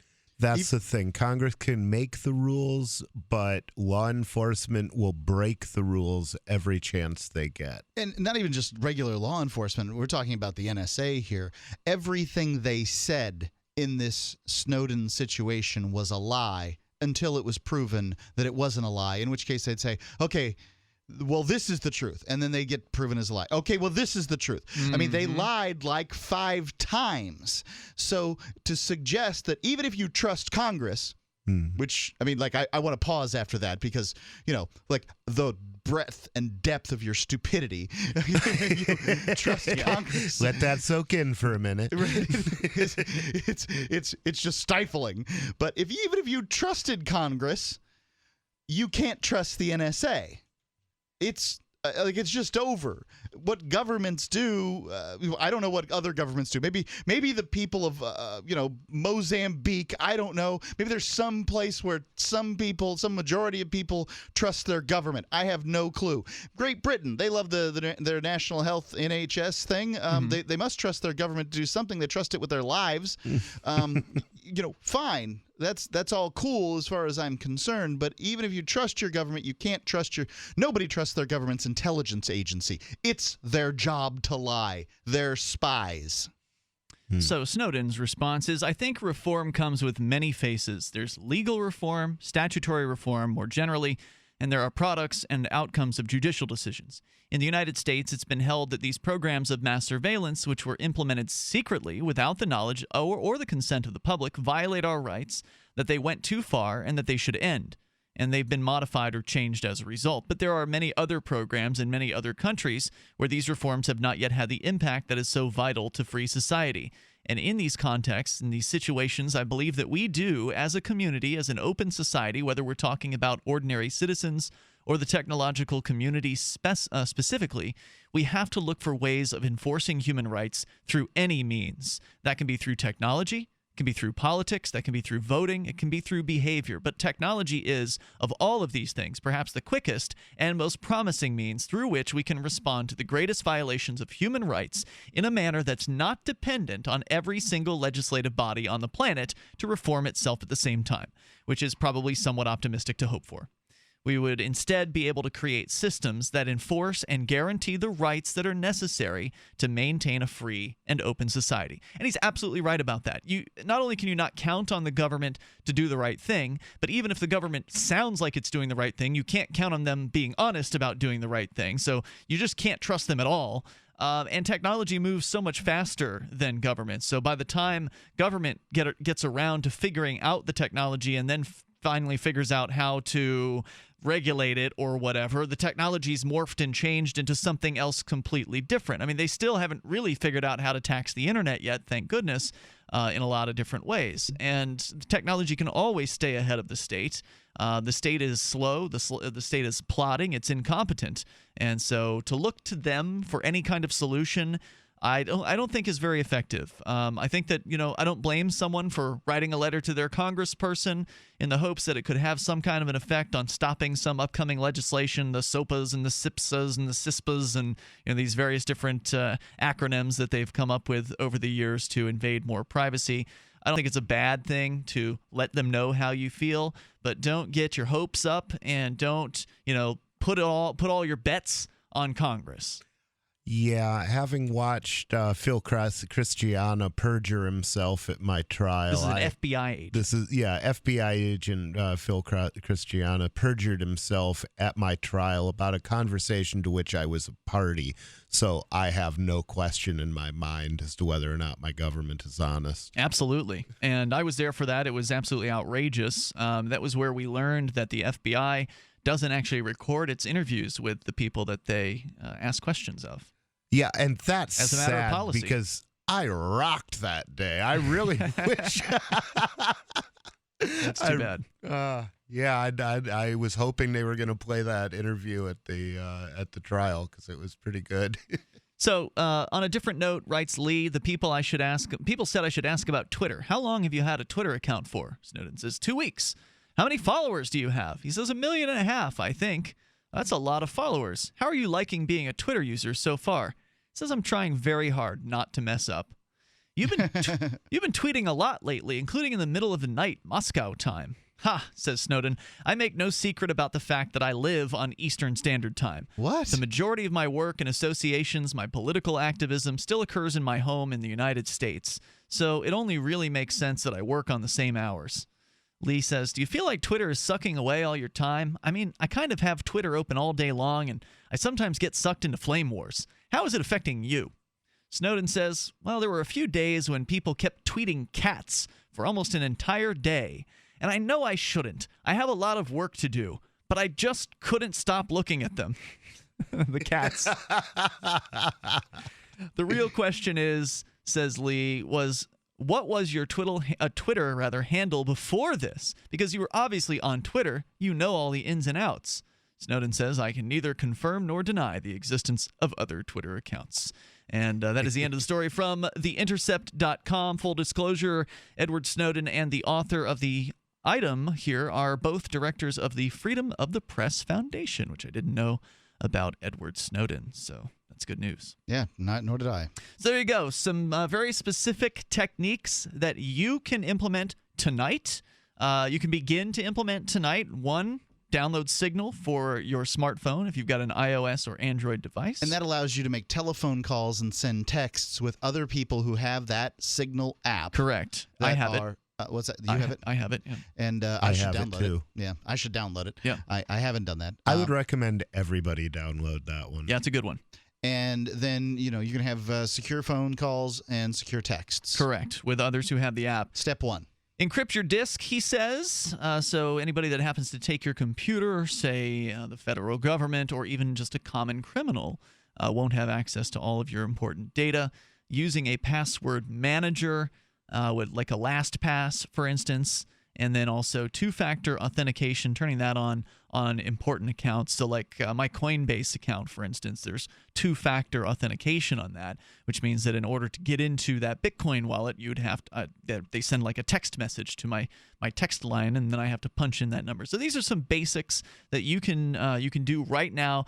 I recommend learning PGP. He doesn't address that in this, but he has mentioned PGP previously in other interviews. It is worth reading a tutorial on PGP. For those of you who are a little bit technically inclined, I think you have to be maybe just above novice level to really be able to do PGP with sort of the standard PGP tools. There are things that make PGP easier, like CryptoKit, which is a nice browser plugin for, I think, Chrome browsers. Yep. There's the I use it. CryptoKit I love. It's very, very good. I don't know what level of security you lose because you're using CryptoKit with PGP. Maybe none. We'll have to ask Anthony DiOrio about that because I think he's the guy in charge of that. But there's some good PGP tutorials out there, so please look into that, as well as for those of you who have ultra secret, communications you need to make. I still wouldn't use Signal for super secret stuff, but Signal is going to make it a lot harder for any of the phone companies or your average police department to be reading your text messages. Right now, if they want to go read all your text messages, if you're not using Signal, they just go to talk to the phone company and then they get all the logs. Oof. No problem. So we'll see you online between now and tomorrow night at freetalklive.com. Be safe. Free Talk Live. We have been brought forward to bring out the truth. I knew this was all right. What is the truth? No, it's in the 2 books. Oh, you've got to buy the books. Now, how much is somebody going to have to pay for these books? It's right online. Depending on what country you're in, they're $26 a piece here in the United States, including freight. Now, why would God put books out and require people to pay for them? What's the point in that? I mean, aren't there people out there that can't afford that? Those of us here on Earth have had to put the material together and get it copyrighted and available. Why would God want to copyright something? What's the point of that? I mean, wouldn't God want anything on this planet has to be copyrighted to be put out legally by That's your not true. government Not true at all. Not true, sir. Nope. You can put whatever you want out there. Explain? No, you let me explain, because whatever you want, you can put online, and nobody's going to tell you can't do it. Free Talk Live, 7 nights a week from 7 to 10 Eastern, live on the Liberty Radio Network at LRN.FM. This Your Family Today tip is brought to you by Juicy Juice, 100% juice, providing a full serving of fruit in every 4 ounces. Visit us at juicyjuice.com. When it comes to nutrition, kids need both fruits and vegetables every day to stay healthy and grow. For the ideal mix, your kid should have at least 1.5 cups of any veggie or 100% veggie juice, and 1 cup of any fruit or 100% fruit juice a day. For more tips like these, visit us at parenthood.com/yourfamilytoday. LRN.FM is proud to announce our official listening apps for Android and iOS devices. Now you can easily tune into our streams anywhere, anytime on your smartphone or tablet. Just visit apps.lrn.fm or search for LRN.FM in the Android or Apple app stores. Please download, rate it 5 stars, then share the link on social media, and let your friends and family know how you're listening to LRN.FM. Download it now, free at apps.lrn.fm. That's apps.lrn.fm. This is the Liberty Radio Network, broadcasting the latest liberty-oriented audio content 24 hours a day at LRN.FM. Are you a sneezer? If you're not, can you get close to one? I don't literally mean someone sneezing. Sneezer, as defined by marketing guru Seth Godin, is an opinion leader. When a sneezer mentions something, other people catch what Godin calls the idea virus. Seth Godin says some people are more likely to tell their friends about a great new idea. So identifying and courting sneezers is a key success factor for idea merchants. His book, Unleashing the Idea Virus, is the most downloaded ebook in history, and you can download the whole book free. That's how he's making his idea contagious. Click tips, tricks, and other stuff to help you cut through the clutter at www.survivalspeech.com. I'm Holland Cook. Did you know you can get news updates about what's happening with the Liberty Radio Network delivered in the way you prefer? You can sign up for our email updates at updates.lrn.fm. Plus, you can stay in the loop by joining our Facebook profile at facebook.lrn.fm or follow us at Twitter at twitter.lrn.fm. It's all free, so sign up now at updates.lrn.fm for news updates delivered to your email box, facebook.lrn.fm to follow our Facebook page, and twitter.lrn.fm to receive our tweets. This Your Family Today tip is brought to you by Nestle Pure Life Water, helping you drink better and live better by providing a zero-calorie alternative to sugary drinks. Visit us at nestle-purelife.us. When kids are playing, they often don't want to stop to keep hydrated. So send them out with a bottle of water and encourage them to take frequent drink breaks or call them inside for a quick sip. For more tips like these, visit us at parenthood.com/yourfamilytoday. Listen to LRN.FM on any phone, anytime. 213-493-0309. That's 213-493-0309. The Liberty Radio Network at LRN.FM presents the latest episode of The Voluntary Life. Download it and listen to more at thevoluntarylife.com. You're listening to The Voluntary Life, where you can hear ideas for finding freedom in an unfree world. Visit thevoluntarylife.com to connect with the show and hear all past episodes. Here's your host, Jake.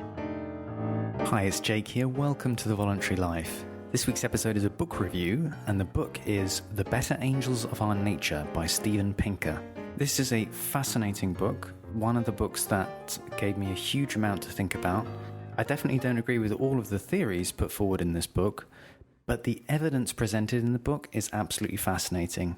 And it's one of those books that makes you look at the world differently. So in this podcast, I'd like to give you a summary of some of the most interesting things about the book and share some thoughts about it.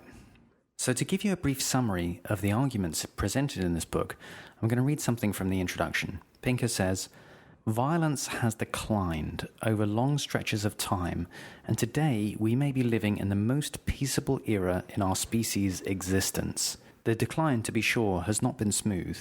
It has not brought violence down to zero and is not guaranteed to continue, but it is an unmistakable development, visible on scales from millennia to years, from the waging of wars to the spanking of children." So in this book, Steven Pinker, who's an evolutionary psychologist, talks about this overall massive trend in history and in particular in recent times, in the last 200 years, of a decline in violence of all types and in almost all places worldwide.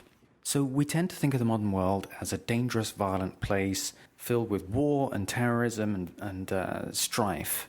And what's interesting about this book is that it presents the evidence about long-term trends in the level of violence between people.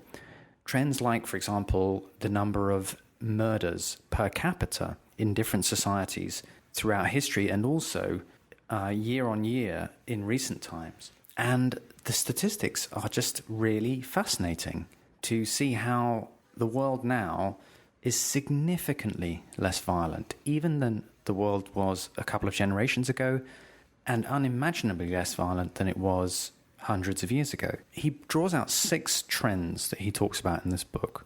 The first trend is a decline in violence that started to take place over a very long period of time, thousands of years ago, and that was the move from hunter-gatherer societies to settled trading societies with the development of agriculture. And from the kind of evidence that is available from looking at skeletons of bodies that have been found and trying to determine how they died, it seems like there was about a 5-fold decrease in the rate of violent death between hunter-gatherer societies and settled agricultural societies.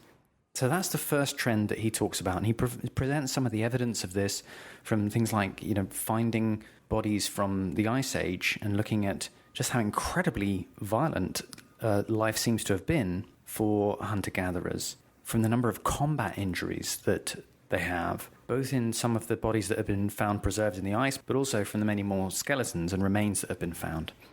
And he provides more evidence about the incredible violence